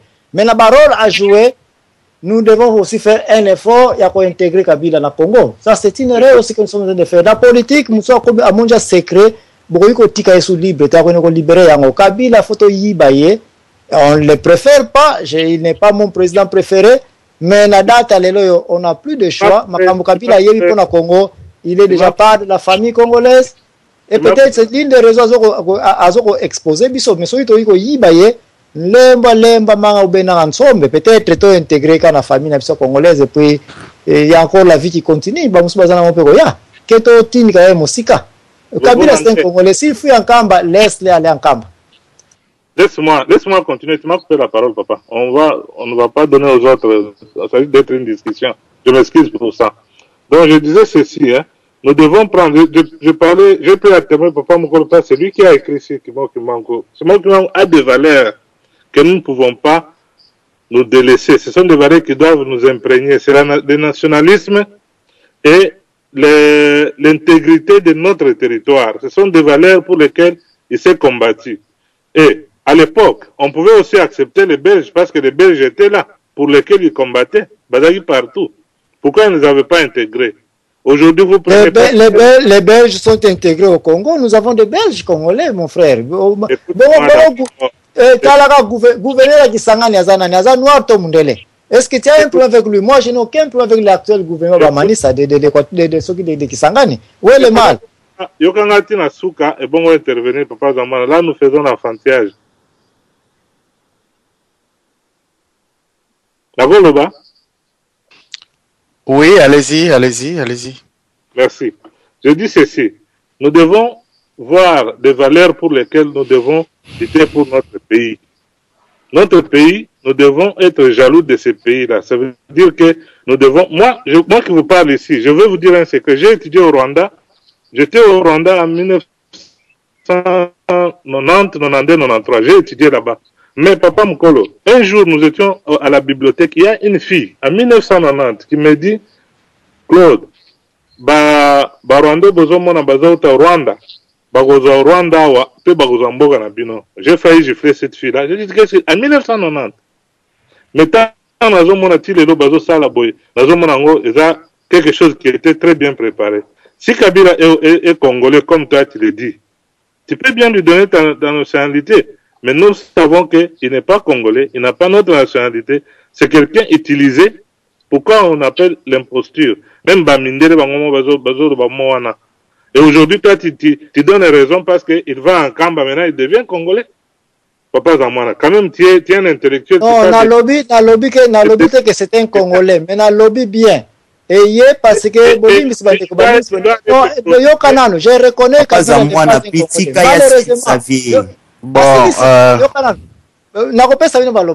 le problème qui est ici, Yende a supporté fuite ya Kabila dans Kamba. Et je lui dis ceci. Si Kabila doit fuir en Kamba, et il n'y a aucun mal. Ce qu'on a découvert l'importance, c'est que dans Kamba, on a une importance en Kamba. Si Kabila a compris le système de fuir en Kamba, laissez-le là-bas. Comme il y a un problème, mais vous savez que ce n'est pas un Congolais. Mais le rôle que Kabila joue, je ne dis pas que Kabila c'est un Congolais, mais le rôle qu'il joue en tant que leader actuel, il y a pays pour 12 ans, ceux qui 11 ans, nous les Congolais, c'est aussi notre devoir de chercher à l'intégrer dans notre communauté parce qu'il connaît les secrets du portfolio de notre pays. Nous sommes les secrets du portfolio na yo, ayebi wa kwenye senda kuna yo, banaka ko intégrer. Donc c'est à moi de recommander à tout Congolais de commencer aussi à intégrer Kabila dans la société congolaise. Peut-être ça va aussi nous sauver. Je dis bien. Alors, que c'est un Congolais, comme un Congolais, mais il l'est déjà automatiquement. C'est à nous seulement de l'intégrer dans notre société civile. Et on n'a plus ce choix-là. Il est déjà là. C'est ce que je voulais dire. Alors, que Kabila c'est un Congolais. Non. Mais il est déjà intégré automatiquement suite à ses rôles et ses fonctions dans son genre, dans sa qualité. Il est plus que toi et moi pour le moment. Non, s'il est plus que toi, c'est bon. Papa, mais il a il connaît. Ok, Mbouta, je pense que... c'est un temps passager seulement. Il est là pour combien de temps? Mais pour le moment, sauvons le Congo. Pour sauver le Congo, parfois, commençons aussi à intégrer Kabila dans notre société. Peut-être que les choses peuvent être renversées. Ok, laisse-moi parler maintenant, je termine aussi. Parce que tu monopolisé parole Mingi. Oui, vous avez pris tout le temps là. D'autres frères qui vont parler. Je termine. Je dis ceci. Papa, on a une erreur, côté sur le Congolais. Na kasi matoi mususu, mitema mususu ya Congolais na mani et susuma makasi pour la makambana zolo bawana. Notre pays, on ne le prend pas gratuitement, on ne le donne pas à quelqu'un gratuitement. Kabila c'est un imposteur connu. Même d'une bataillon sur Bayebi, même place au Fandiana, bataillon sur Bayebi Kaza imposteur. Tu repères sa nationalité bongoté. Tu fais ça pour justifier ce qui se passe en Kamba et je te dis que dans l'avenir, vous allez payer de tout ça. Comme tous les mouchards, tous les gens qui ont facilité la prise de notre pays. Si toi tu supportes l'histoire d'un Kamba, vous allez payer. Voilà, je m'arrête là. Ok, et c'est un règlement de compte, je pense, ici. Alors que nous sommes en train de faire une émission, Tozali Koluka, Kobongisa, Mpe, défendre différentes positions. Alors, Tozali Kosala tour de table encore une fois. Na évité ce qui Makamusu Suizele Robakisa, Kasi, Makamwebele Lobamiawa. Na base bandeko, tout ça, difficulté moko. Nous devons avoir un endroit qui nous appartient. Oyo batubakoki kokende ko se ressourcer spirituellement. Ça n'existe pas encore pour l'Afrique noire, mais pour Nabiso particulièrement congolais. Alors, nakomona ka makambo oyo tokomona ka à travers le monde. Peut-être koki ko inspirer biso. Chaque fois qu'il y a un président français qui rentre, akendane bouquet à fleurs akekotia sur les soldats inconnus. Na lingai koyeba soldat inconnu wana azalaka nani mais na banzi na ebiete Amérique ndenge moko presque bamboka nyonso bakenda kotika fleur na soldat inconnu na ndenge nini alors que mapinga nyonso ezalaka batu soka koti azu numéro matricule donc bazalaka inconnu te même soka kufi mais on peut savoir soldat wana azalaka wana soldat inconnu elinga koloba nini. Donc, nous avons besoin de quelque chose, Bandeko. Par exemple, traité, il y a Makambwe Bele Oyo Salemi à travers le monde, Mingi et Salemaki na Roma. Yuda, Basalaga traité, na Bamboka na Bango. Musulmans, vous ne me direz pas le contraire. Donc, ça prend un lieu spirituel où on peut aller, et c'est la référence à bateau, pour se ressourcer. Parce que tout le monde qui fait la politique ne fera pas la politique. Mais tout le monde a besoin du spirituel, c'est le contraire. Donc, la recherche du spirituel pour Nabiso est un élément. Le spirituel étant vecteur, il y a conduite ya moto, il y a développement ya moto. Donc, na niveau wana, je pense que il faut tous alana et pas inabiso oyo et ko identifier biso. Na banzi to kosala dernier tour ya table. To éviter ce qui te commis na Ngongaboni, te commis à 17h21 minutes, na ya waboye, na ebi kuna na poto, je crois que l'heure est assez avancée. À moins que le studio appelle sa biso le sous bataille belé kasi, tous allez que ça la dernier tour de table. Alors, Torobanda na bateau, oyo bazubi a noté, na banza, bakoki kozong sa le sous mituna na bango, et puis total à ce qui, moutozali na réponse à ça. Parce que radio avant tout, ezali partage. Tout ça repartager information bao bazalango ebele ba pesi baninga. Donc voilà. Alors là to kozongela na ndenge to kotelaki to kobanda na mbuta odon et puis to kokende na bandeko basusu. Mbuta odon to pesi mpoke. Bon, ngalo kola pesi ngai te na bimina ngai maloba. Oh, limbisa mbuta nani mbuta soti veve. Oh, pardon, mbuta odo est-ce que rose la muke to pesa nanu mbuta sodi te ko bimate to pesio maloba limbisa mbuta. Merci mbuta langai Roberto Mukolo. Bon, ngala lingi kaka na koloba boye omoni politique na religion ekendaka vela moko.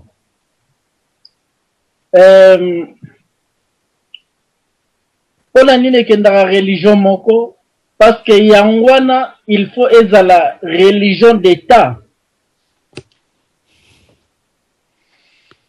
parce que babengi yango religion d'état yangwana ne mutu ekosangisa ba peuple congolais nyonso tu bakoma bomoko.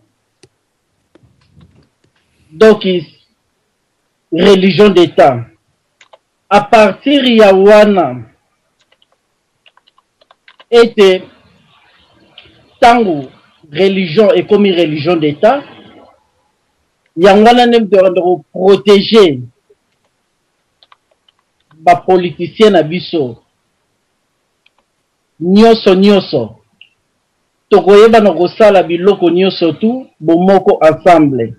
Mais tant que tozana ba religion différent na kati ya mboka na biso tokotika la jamais kokoma bomoko et puis tokotika la jamais ko libérer mboka na biso wana selon ngai. Donc na situation oyo tozana ngo pour le moment ndenge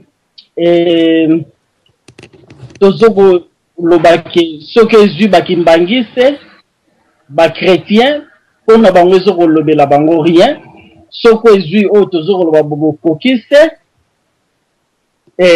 batatema de Jove kolobela bango eloko moko te ba musulman pe bazali wana. Donc omoni division moko totale pona ngai eloko vraiment ezoko kabola biso.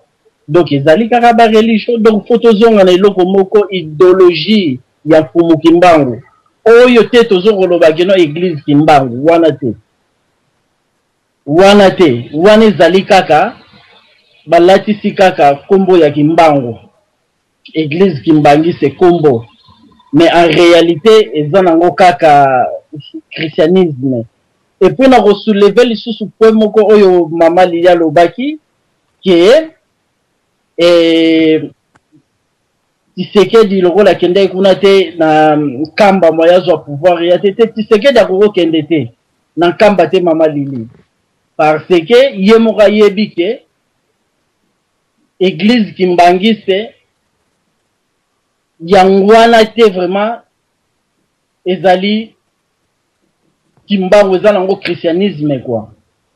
Donc soki présent yamboka na biso nani Kabila kendaki kuna tout ça banini donc ezalaki kaka kendaki na ye kaka boa kende kaka ko senga kaka na ba na chef spirituel et église Kimbangi donc il va voter qu'on attend il y a élection. Donc et là on a relobaka yango na suki wana merci. Merci Nabanza tozali ko kabola ndenge tozali ko lobakaka to zongisi maloba et pas ya mbuta odon bon tozo sala dernier tour ya table na biso. Ok, merci Papa Mukolo, merci pour l'émission de Papa Zambwana. Mais je pense que Papa Zambwana na senga na yo toujours il faut y barrer et donc ebimaka Mukolo mutalia la ligorodo ezali Mukolo mutabotaka makwanza te. Bilo msuna radio vie conseil gratuit comme les qui toke baranamo. Mamba Congo est bizarre, il trop bizarre na makambo. Mukileza koyoka, mukileza ko ba propos yomoza ko tenir na ta radio, ngai na kamwe banda na yoka na yoka yo utozala na yo. C'est la toute première fois que o tenir ba propos boye, oyoka fiché et naza ko promettre yo lokwa na yebi ko sala ba montage, ngamo ko na ngotiro ba fiché na au complet. Pour notre émission complète, ngana ba otiro sko complet ndenge émission le kanaka. Aux en place tout ce qui m'a pour au moins dans la YouTube. Na succès au baboye, je pense que tout ça cause là ba kimbangiste debout ou ba bimina idéologie ya kimbangu pour toujours comprendre te puis concernant personne papa Mukolo comme étant kimbangiste. Boyi bango lelo papa Zamwana abomaka bino azambelia minu bazo kata koto. Luka yo tant que kimbangiste ou azapenda assis na ba connaissance wana zonga na radio soki okulukozwa mukolo ayo moko yaya nazoyebisa yo pona yebi muto na ina problème zo mukolo banda kote ya biso selon livre komaka ko banda na ibande ya kimbangisme ti yo la kisabiso na bosolo soko landi papa Zambwana soko ibatele monsieur Belé akotsa ko batchuki asimisa ko batushinga na yebi bien yango na lobi Isaac Kimbangiste te aza pe chrétien te aza lokola neti bolimbisa exemple ngembo aza ndekete aza pe nyama soki nini te mais aza ko jouer l'esprit ya batu ko tourner a prometa bato awa na 2011 aza gouverneur ti lelo eloko te même a postula même la député au provincial rien ba député national et tout les gars rien du tout les gens sont embrouillés bino carrière politique ti na 2021 bo mona via ozane kawan aib makamba sala kana ba business te mususu akokota ni ko politique te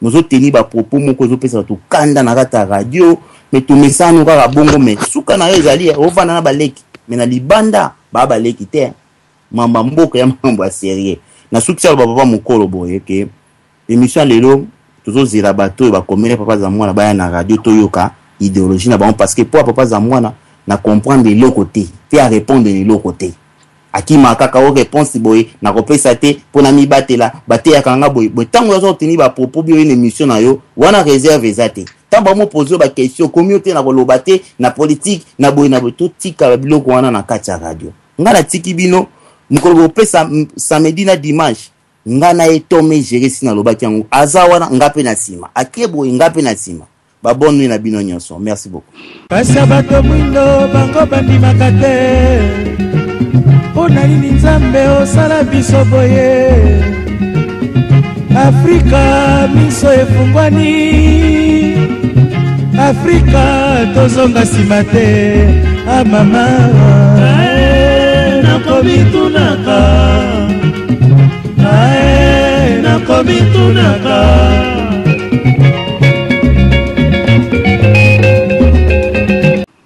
Merci Ndeko. Tokei epaya Mbutalefu selon l'ordre ndenge tokotelaki. Mbutalefu to question poke pour la conclusion.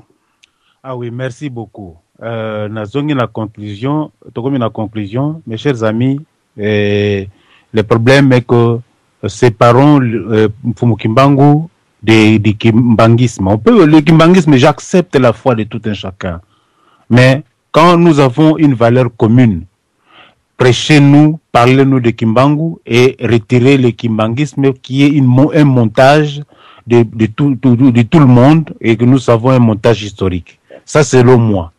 Deuxième niveau à conclusion Nangaï, je voulais apporter quelque chose, souligner quelque chose. Papa Robert, quand on dépose une fleur sur les soldats inconnus, c'est à titre symbolique, par sacrement d'État, par la patrie. C'est-à-dire symboliquement pour dire nous sommes reconnaissants et redevables à tous les soldats qui ont versé leur sang pour la libération de la patrie. Et tout visiteur qui va aussi visiter et va en fait à Salayango, na pays d'ake, on a vu ça na ya Diana Kendeke aux États-Unis, il a fait aussi la même chose. Donc c'est à titre symbolique aux soldats qui ont versé leur sang pour la patrie ou du pays hôte. Deuxième niveau, quand nous parlons de la résistance, et là malheureusement, pardon, de la non-violence, malheureusement, et quand l'église Kimbangis, ceux qui parlent de l'église Kimbangis veulent dissocier Tshisekedi, parce que pour nous, Tshisekedi est aussi partisan de la non-violence. Mais quand il nous faut aller au fond, la non-violence, il y a trois possibilités, comme disait Martin Luther King qui l'a vulgarisé, parce que c'est Gandhi qui a commencé avec ces termes, et Martin Luther a vulgarisé ça pour dire, en fait, il faut résister à toute forme de mal et à toute forme d'injustice, mais pas par la violence. Mais il faut résister, il faut s'y opposer, parce que celui qui ne résiste pas, se résigne, est complice, et non seulement disparaît, mais il est complice avec l'oppresseur. Donc, c'est ce que l'église Kimbangis fait de ça, parce que quand vous refusez, vous vous résignez, vous parlez des gens du ciel alors que les gens souffrent sur la terre, là c'est de la résignation. Donc, il n'y a pas dissociation Boutazambouana entre Tshisekedi et Tshisekedi s'il ne va pas en Kamba. Tshisekedi, politiquement, il est socialiste. Alors, les socialistes sont des humanistes. Alors, il croit à l'État, il croit que l'État c'est l'État de tout le monde. La religion, c'est un fait privé. Lui-même, il est né d'une famille chrétienne, soi-disant chrétienne, soi-disant par exemple catholique. Hein, quand je dis pas soi-disant, j'ai arrêté les mots, une famille catholique. Donc, il est né là-bas. C'est pourquoi les gens le taxent parfois des naïfs. Mais il est né là-bas, il a grandi là-bas. Il le fait à titre privé. Il va à la messe à titre privé. Ce n'est pas une affaire d'État. Et moi, je ne peux pas aller avec lui parce que je ne suis pas de sa religion catholique. Donc, vous comprenez, c'est un humaniste. C'est la simple raison que le kimbangisme, ainsi de suite, toutes ces religions-là, ce sont des faits privés et ça n'engage pas des humanistes comme lui. Voilà un peu explication tout à fait scientifique au Nagogo Pessa. Donc, moi, je ne suis pas humaniste, moi, je suis chrétien, moi, j'ai mon engagement personnel. Mais pour l'état des droits, je dois me battre jusqu'à la fin. Voilà ce que je peux dire. Merci. Merci, to pesim poke pa Mama Liliane, Mama Lili. Mama Lili, malobombo kayo. Papa nazoka, ndi na ine zaka pas d'envoi que en tout cas na regretter min quoi. Na regretter ndenge a kuchikolo basusu na suka lobisu to esalinga mutema passe na ndenga mukete. Tous va mwana to s'intégrer na kati ya na biso po to koye baye. Mais n'évitez, papa Zambouana, n'évitez pardon, pour on va bien, pour essayer la vie bien. Pour vous, vous avez et tout ça vient à Tamouké. Et tout ça vient. Réponse na tout n'a dit, on répondre. Mais c'est pas grave. Attends, la sima, ce que je dois vous répondre, pour moi, je vais avoir besoin d'un vraiment. C'est vraiment très important. Merci, Natsukuana. Merci, Toleki, Nambuta, Claude, Topesim Poké, Painayombuta. Ok, merci beaucoup, papa. Donc, ngana sepeli po zamba nanga liboso, mais na yoka kabino mingi, mais papa odo na yoka ko mingi, Boutazambouana kutu, na pesa na ba commentaire nanga mingi pa DSV po na d'accord tina makaminga lobaka. Je retire peut-être moi lobaka wa, quand je dis que Bogofuta ce n'est pas qu'on va se rendre compte, non.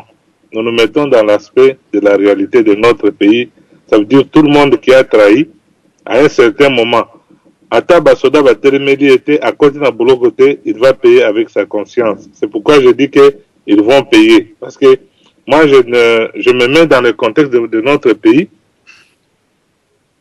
Namona kapé makambele kakuna, et puis ça kama mingi. Parce que de l'autre lobby, chef spirituel, ceux qui chef spirituel, Kishasa, ce sont des gens normalement qui devaient être des leaders d'opinion, on ne pouvait pas seulement que les politiciens, la politique active. bango pe basala politique parce que bakendeke tout le monde bango bazokende va parler de la nation bazokende kingakati kuna bakendeka oloba makambo Kabila azande kuna bango. Ils vont faire la politique là-bas. Ils s'agenouillent devant la télé battant sur la zone. Donc pour moi, quand je dis que Barofuta, ce n'est pas l'effet individuel que Toroté le Malabambeli ou bien peut-être nous ne serons même pas là, mais chacun devant sa conscience. Déjà toujours dans la radio à Boye. Chacun sait ce qu'il dit. Moutinho ça dans la vision, mon côté à côté dans la vision à Moninga.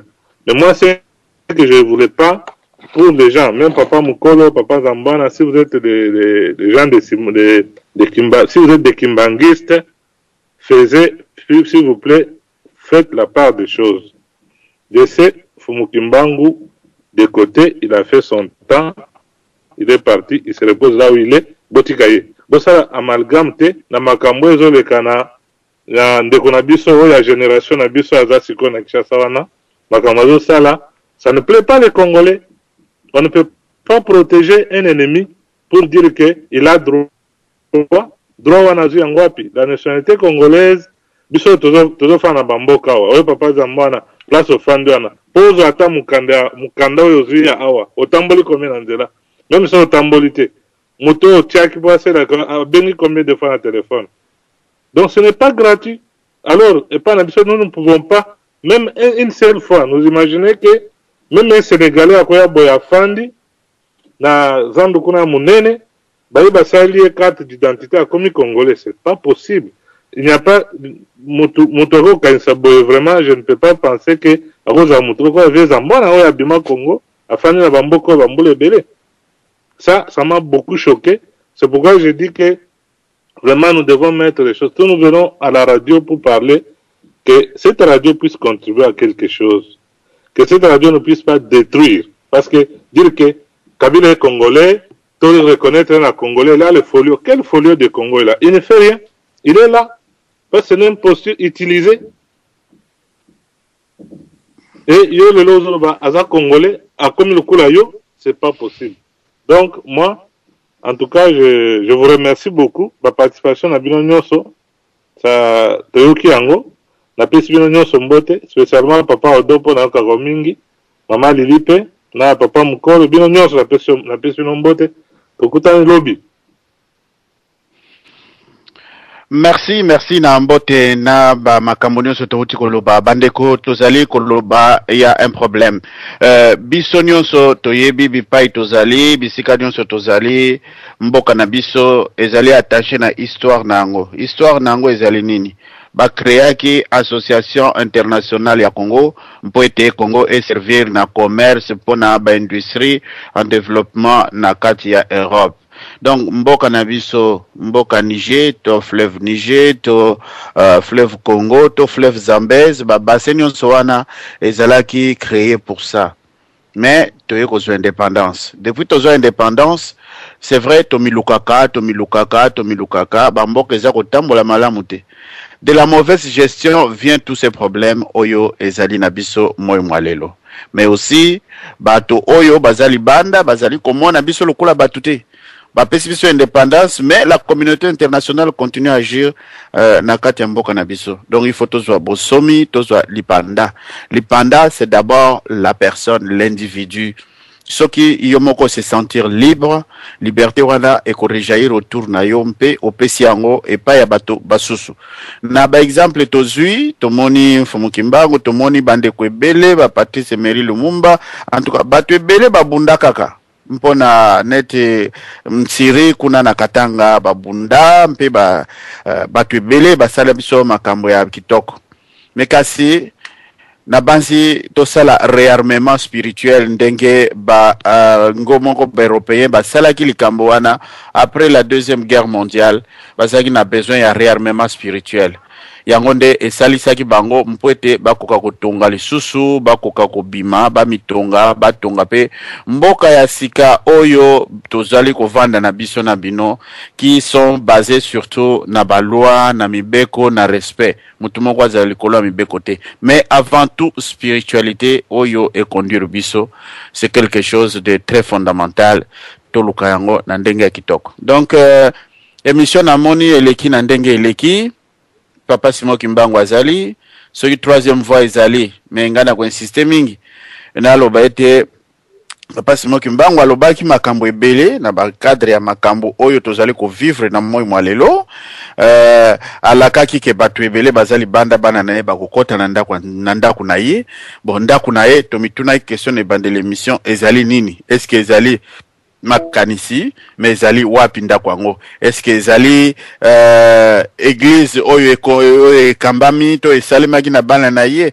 ou bien ndenge nini bino nyonso mutu na mutu amipesa mutuna amipesa pe eyano mpe baoyo bazana eyano bakoki kozongela biso na mbala sima na mituna mususu oyo esali biso pasi c'est vrai tozana ba moyen belé ya communication tokoki kokomana epai mususu ba réponse esotaki tokozwa yango mekasi tokosukisa yango ngai na koyaka wa mingi na ntina ya kombo ya église Kimbangis na koyaka église na résumé nango ekolobaka bolingo mibeko misala mpeli sese moko papa dangenda zali kopesa mingi ya lobi nguma laleli maki mpona kolongola ye tozana besoin maki soki utiliser minduki maki kokufa nguma pe okufa mais soki tu utiliser sagesse c'est-à-dire ba fourmi bakota na baikai babandi ko soyer et nguma kolongwa to récupérer maki mboka nguma bapaya balaleli biso na ndenge nyonso na silisi wana mpe tozongisi mpoke pona conclusion epa ya Mbuta Zambwana etikali biso 3-4 minutes mpete asilisa mpoke oyo Mbuta Zambwana mpoke mboka yo. Merci na bana tozosukisa dans 20 minutes na juste nde tokangi masolo na regrette ka komona ete ndeko Claude asili ko kende parce que nazaki na question muke na lingana tu na ye na moi quelques 18 minutes totika nango. Mais question ni yeza la boyeto na pesa ngo peka kana n'importe qui azana kati awa est-ce que mutu aza penza awa na kata studio oyo akoiko prouver ngai ke mutu moko na Congo azana carte d'identité sinon que prochainement to lobby na rataki émission ko ya na studio na bayi ko préparer na sala émission ya na prouver pe makambo kengo dondo oyo utiko loba kuna concernant révision ya article 10 ya constitution qui est article ya soni so ki ngana sala face à face na Mbuta kengo dondo alingaka zo question a kotsa pe loboko na poche na ye abimisela ngai carte d'identité congolaise ba place aboye na koki ko répondre Mbuta Claude ndeko na ngaza na États-Unis awa que aussi longtemps que biso ba congolais toza biso na carte d'identité sinon prochainement to lobby na rataki Mbuta Claude zongi question na ngala ngoyo réponse pesa ka mukuse nanyango oyebi na Congo oyo azana carte d'identité poete soki na lobete Kabila même si c'est un Rwandais mais lokola asimbi masolo ya politique ya Congo na niveau ya portfolio ya munene en tant que président leader à pays pour 11 ans il faut tout ça un effort to intégrer na société na biso congolaise o challenger yango Mbuta Claude ozongelinga awa pesa ngai koko na yo to yomoko to politicien nyonso oyo yebi na Congo azana carte d'identité oyo za koloba ete oyo ko c'est un Congolais Mbuta Claude avant ozongisa antenne na peso question wana. Bon, merci beaucoup Papa Zambwana. Ozokanga? Allô? Continuez Papa, Azali Koyoka 5 sur 5, c'est bon. Ok, merci beaucoup pour la question. Moi, je vois la chose d'une autre façon, Papa Zambwana. Quand tu parles de la carte d'identité, toi tu vois les papiers. Oh, il va payer ça, il va pas en bout à vert. Il y a un coup de noir. C'est ça, c'est toi tu dis carte d'identité. Mais quand moi je parle de carte d'identité, je vois les 100 Congolais qui circulent dans mes verres. Mais tu vois, bon, télémona. Télémona, prouvez 100 Congolais au circuit na 20 na yo, différence na yo na 100 Ougandais, na 100 Sénégalais au bazan à Kinshasa. Ok. Je suis en train de parler aux autres Katakatangaïté. Parce que la seule réponse à Moukousegak. Quand tu réponds à Moukousegak, moi, je ne parle pas du papier. Papier, on a vu, on a été. Je parle de 100 Congolais qui circulent à moi. Les 100 Congolais qui circulent à nous, les Congolais, ou Bapatumou, c'est l'esprit. De la place où on zamba pese. Oh, téléma, téléma, mouke, pardon, téléma mouke, sunganga, nazana besoin aide. Je peux réagir, Papa Zambouana. Attends un peu, attends. Nous avons besoin de Congolais Bosungangaï. Prenons Kengaï Jambouana, ministre de l'immigration, qui est à affaires étrangères, on appelle ça un passeport. La Kisangaï formule, on a voyé que les faux Congolais, ou on a Sénégalais, ou on a Rwandais, ou on a Nigérien. Bon, un peu secret. Comment voulez-vous que je puisse répondre un Congolais? Je vais répondre très vite dans cette question-là. Moi, j'ai participé à l'opération, il y a un recensement, il y a un bateau qui m'a réfugié. Moussous qui m'a documenté. Mouton a koya aibisio kengai naza Sénégalais, par exemple. Vous êtes Sénégalais, au fin du wap. Akoye bisomboka na village naye, na bakoko naye, na place à Botama. Ce qui te dit là, ça vient, c'est l'incarnation de là où il est. Prenons que comment tu vas le distinguer d'un Congolais qui n'a même pas une origine ou la papier naye. Parce que Sénégalais, il y a un papier naye immigrant comme réfugié. Mais maintenant, parle-moi d'un Congolais de Bandundu, de Bakongo, de Kasaï, ou même pas un papier, soit Koufina Balabala, Tokokundaye, sans identité. Comment voulez-vous que je puisse, moi, Zambouana, reconnaître un Congolais? Je peux réagir, Claude, s'il te plaît. Ok. On va partager, non? Non, papa, je vais terminer, s'il vous plaît. On a toujours quitté ce débat. C'est que nous parlons de l'incarnation de l'État dans une personne et son esprit. Papa Moukola Zorba, il faut régénérer l'esprit. Identité. Bien, je suis aujourd'hui. Non. N'amitié ministre, il y a immigration, il y a affaires étrangères. C'est moi qui remets maintenant les passeports congolais. Bossunganga et moi, Zambouana. Comment est-ce que je vais reconnaître que Claude, toi, tu es un Congolais, celui-là, c'est un Sénégalais, celui-là, c'est un Nigérien? Ok. Je m'exprime. Quand tu parles de passeport, parce que là, tu as une réponse. Une première chose, deux petites réponses à te donner. Si quelqu'un vient sans document, tu n'as qu'une originalité, donc il faut y avoir place à outils. Donc, verbalement, n'est-ce pas? Il y a une minute. N'a me poussé verbalement. Donc, on donne confiance maintenant à la parole seulement, n'est-ce pas? Écoute, non. Cette parole-là, quand ça sort du corps de la personne, c'est l'esprit. La personne donne l'esprit de l'identité. Maintenant, si Kabila a le même esprit pour dire que je suis un Congolais, où est ton problème? Mon problème Parce que tout le monde vient avec la même philosophie. Par parole seulement, je suis un Congolais. Mon problème par parole. Tout le monde vient par parole, je suis un Congolais. Donc, qui est un vrai Congolais? Mon problème, c'est que c'est un imposteur connu. Ça, c'est pas quelque chose d'inconnu. Ne parlons pas de superflu, parlons de concret. Ça, c'est quelqu'un connu qui n'est pas Congolais. Mais si parce qu'il est président, n'est-ce pas? Mais prenons qu'il était juste un taxman comme il est venu. Qui savait qu'il était un Congolais ou pas un Congolais? Donc, pour nous, Congolais, reconnaître un Congolais, c'est devenir d'abord un président. Là, on va commencer à reconnaître que c'est un Congolais ou pas un Congolais. Mais dans le niveau bas, des taxmen, des pousse-pousseurs, on s'en fout. Voilà. Il y a une différence maintenant dans la nationalité entre un président et un pousse-pousseur. Papa Zambouana, écoute une minute. Nous, regarde, Talana Kishasa Wana, Tango ba Éthiopien Bayaka. Bien sûr, Bazana Posa Pembe, mais Babalana Babotamana Congolais Awa. Aujourd'hui, si tu vas à Kinshasa, au Koutana Mwana Botamina Éthiopien, au Koyebaye. Même un Sénégalais au Batik Ganazan. Je comprends. Donc la nationalité congolaise s'acquiert sur base de la morphologie. Et la parole que l'individu présente, que je suis un Congolais de Maximatine. Donc c'est ça. Tout ce que je cherche à dire, mon frère, c'est ceci. Je bien. Nana Lobaka Boye.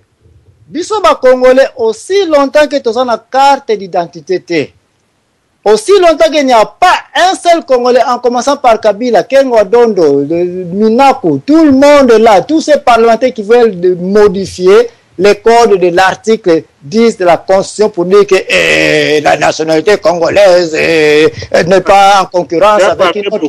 Personne n'a une carte d'identité.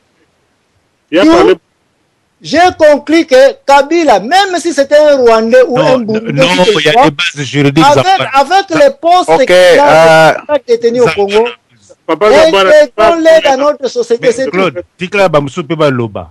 Ok, on a Tiki Dangai. Moi, j'ai déjà décidé de m'a coupé. Voilà, Zambouana. Je n'ai pas terminé. Oh là là. Mais il m'a coupé, je n'ai pas terminé. Mbuta Zambouana, je pense que tu peux sa micro na Mbuta le fou. Ok, peux ça. Allô? Ok, Mbuta le fou, tu peux maloba.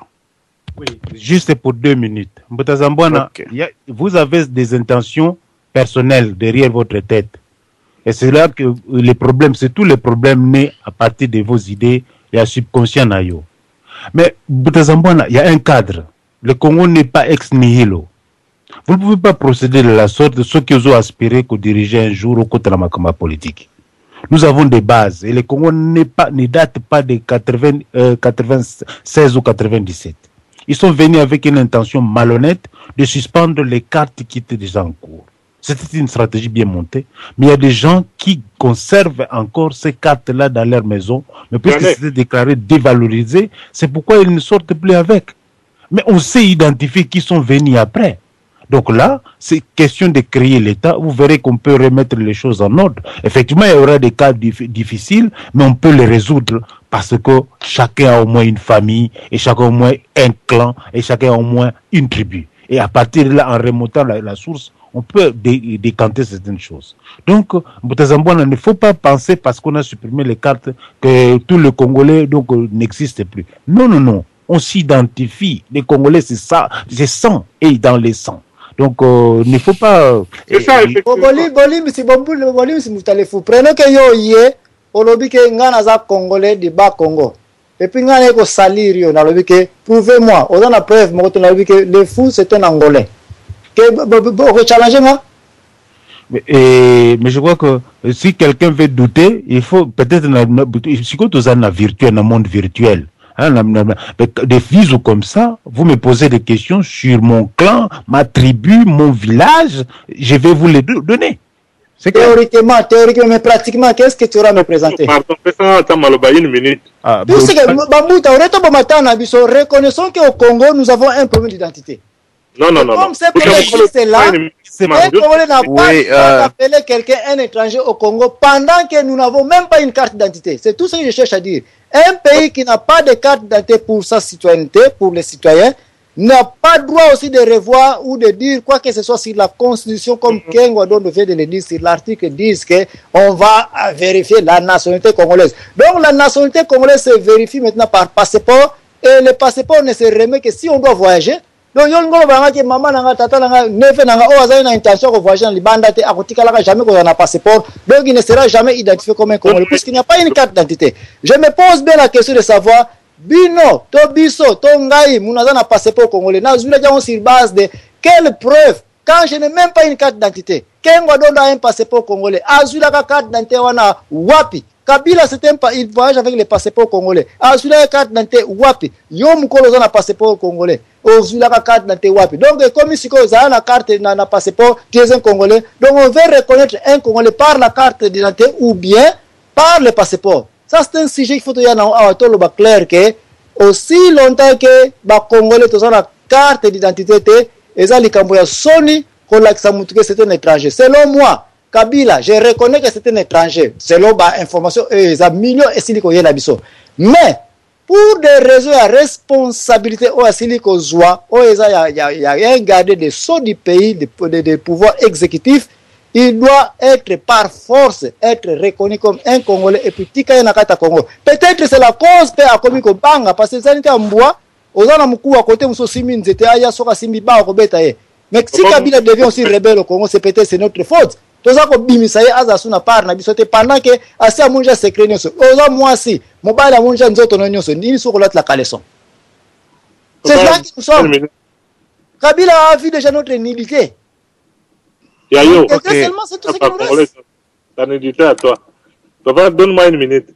Ok, en tout cas vous avez la parole, nous terminons dans 4 minutes. Papa Zamana ne me coupe pas, 2 minutes à Pamba. Moi je parle de 2 faits.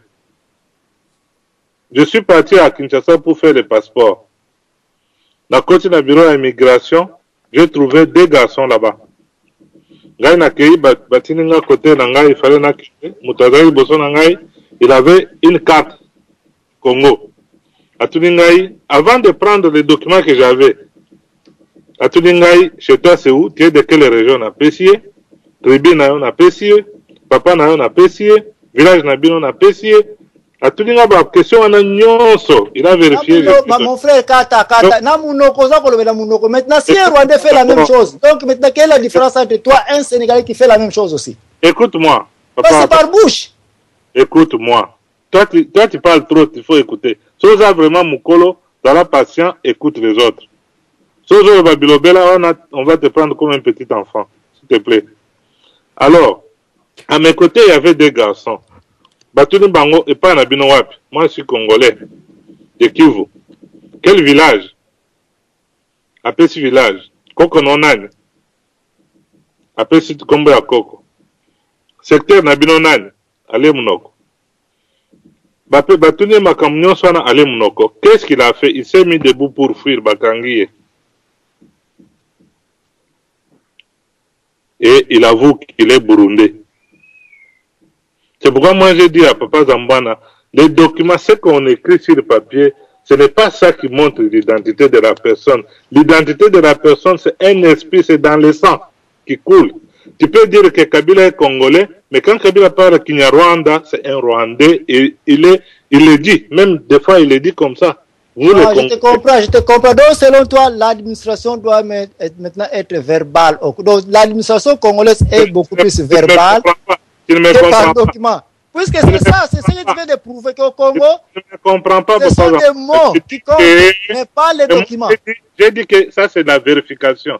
Ça veut dire que la nationalité, c'est par vérification verbale. C'est le reçu de la personne. J'ai dit que la personne qui était devant moi avait une carte et les documents. Oui ou non? Donc tu ne m'écoutes pas. C'est pourquoi une carte d'identité. Bon, je pense que Totikali Susunaton Mingite, tant et Sili Penza. Donc, on va discuter prochainement, on va discuter de ça. Papa Zamana, vous avez patient pour comprendre ce que tu ne comprends pas. Aux gens Moukolo, mais quitte ça. Mon frère, moi, ce que je comprends, si aujourd'hui, moi, Zambouana, je devenais le président de la République démocratique du Congo, la première des choses que je vais faire, c'est de fermer toutes les frontières, commencer vite à identifier tous les Congolais ou bien toutes les personnes présentes au Congo qui veulent se faire aussi Congolais auront le droit de devenir des Congolais. Et on part de là, on crée une nouvelle nationalité et puis on introduit des lois qui vont contrôler tout le monde. Mais dire qu'un Congolais pas verbalité, dire que je suis un Congolais, c'est vague.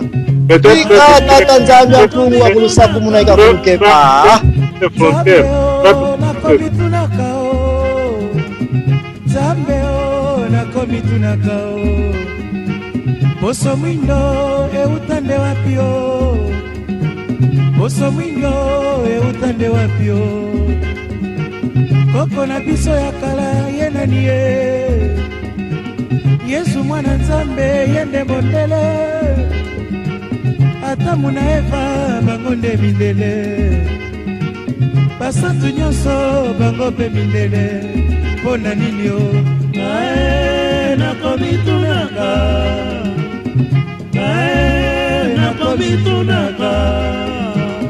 Nzambe o nakomitunaka o Nzambe o nakomitunaka o Babukwa Nzambe tomonaka boye Basantu nyonso foto se mindele Banzelu nyonso bango se mindele Soki zabulu foto moto mwindo Injustice euta wapio mama nakomitunaka nakomitunaka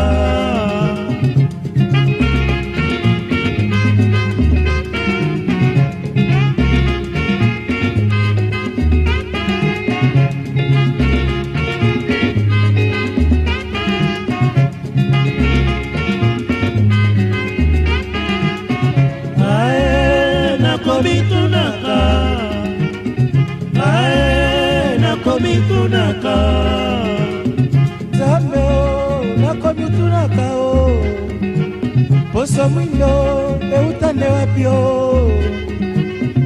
moto mwindo eutande wapio banoko bakanga biso mayele boye bikekwa bakoko bango baboyaka kisa ae nakomitunaka ae nakomitunaka Zambe o nakomitunaka o poso mwindo eutande wapio moto mwindo eutande wapio banoko bakanga biso mayele boye bikekwa bakoko bango baboyaka kisa bakoko bango bandimaka te kasi na ndako nzambe biso tomonaka tokosambela chapele na maboko tokosambela bikeko bitoni ndako kasi bikeko yango se mindele mpo na nini nzambe nakomitunaka nakomitunaka nzambe o nakomitunaka o baprofete mindele biso tondimaka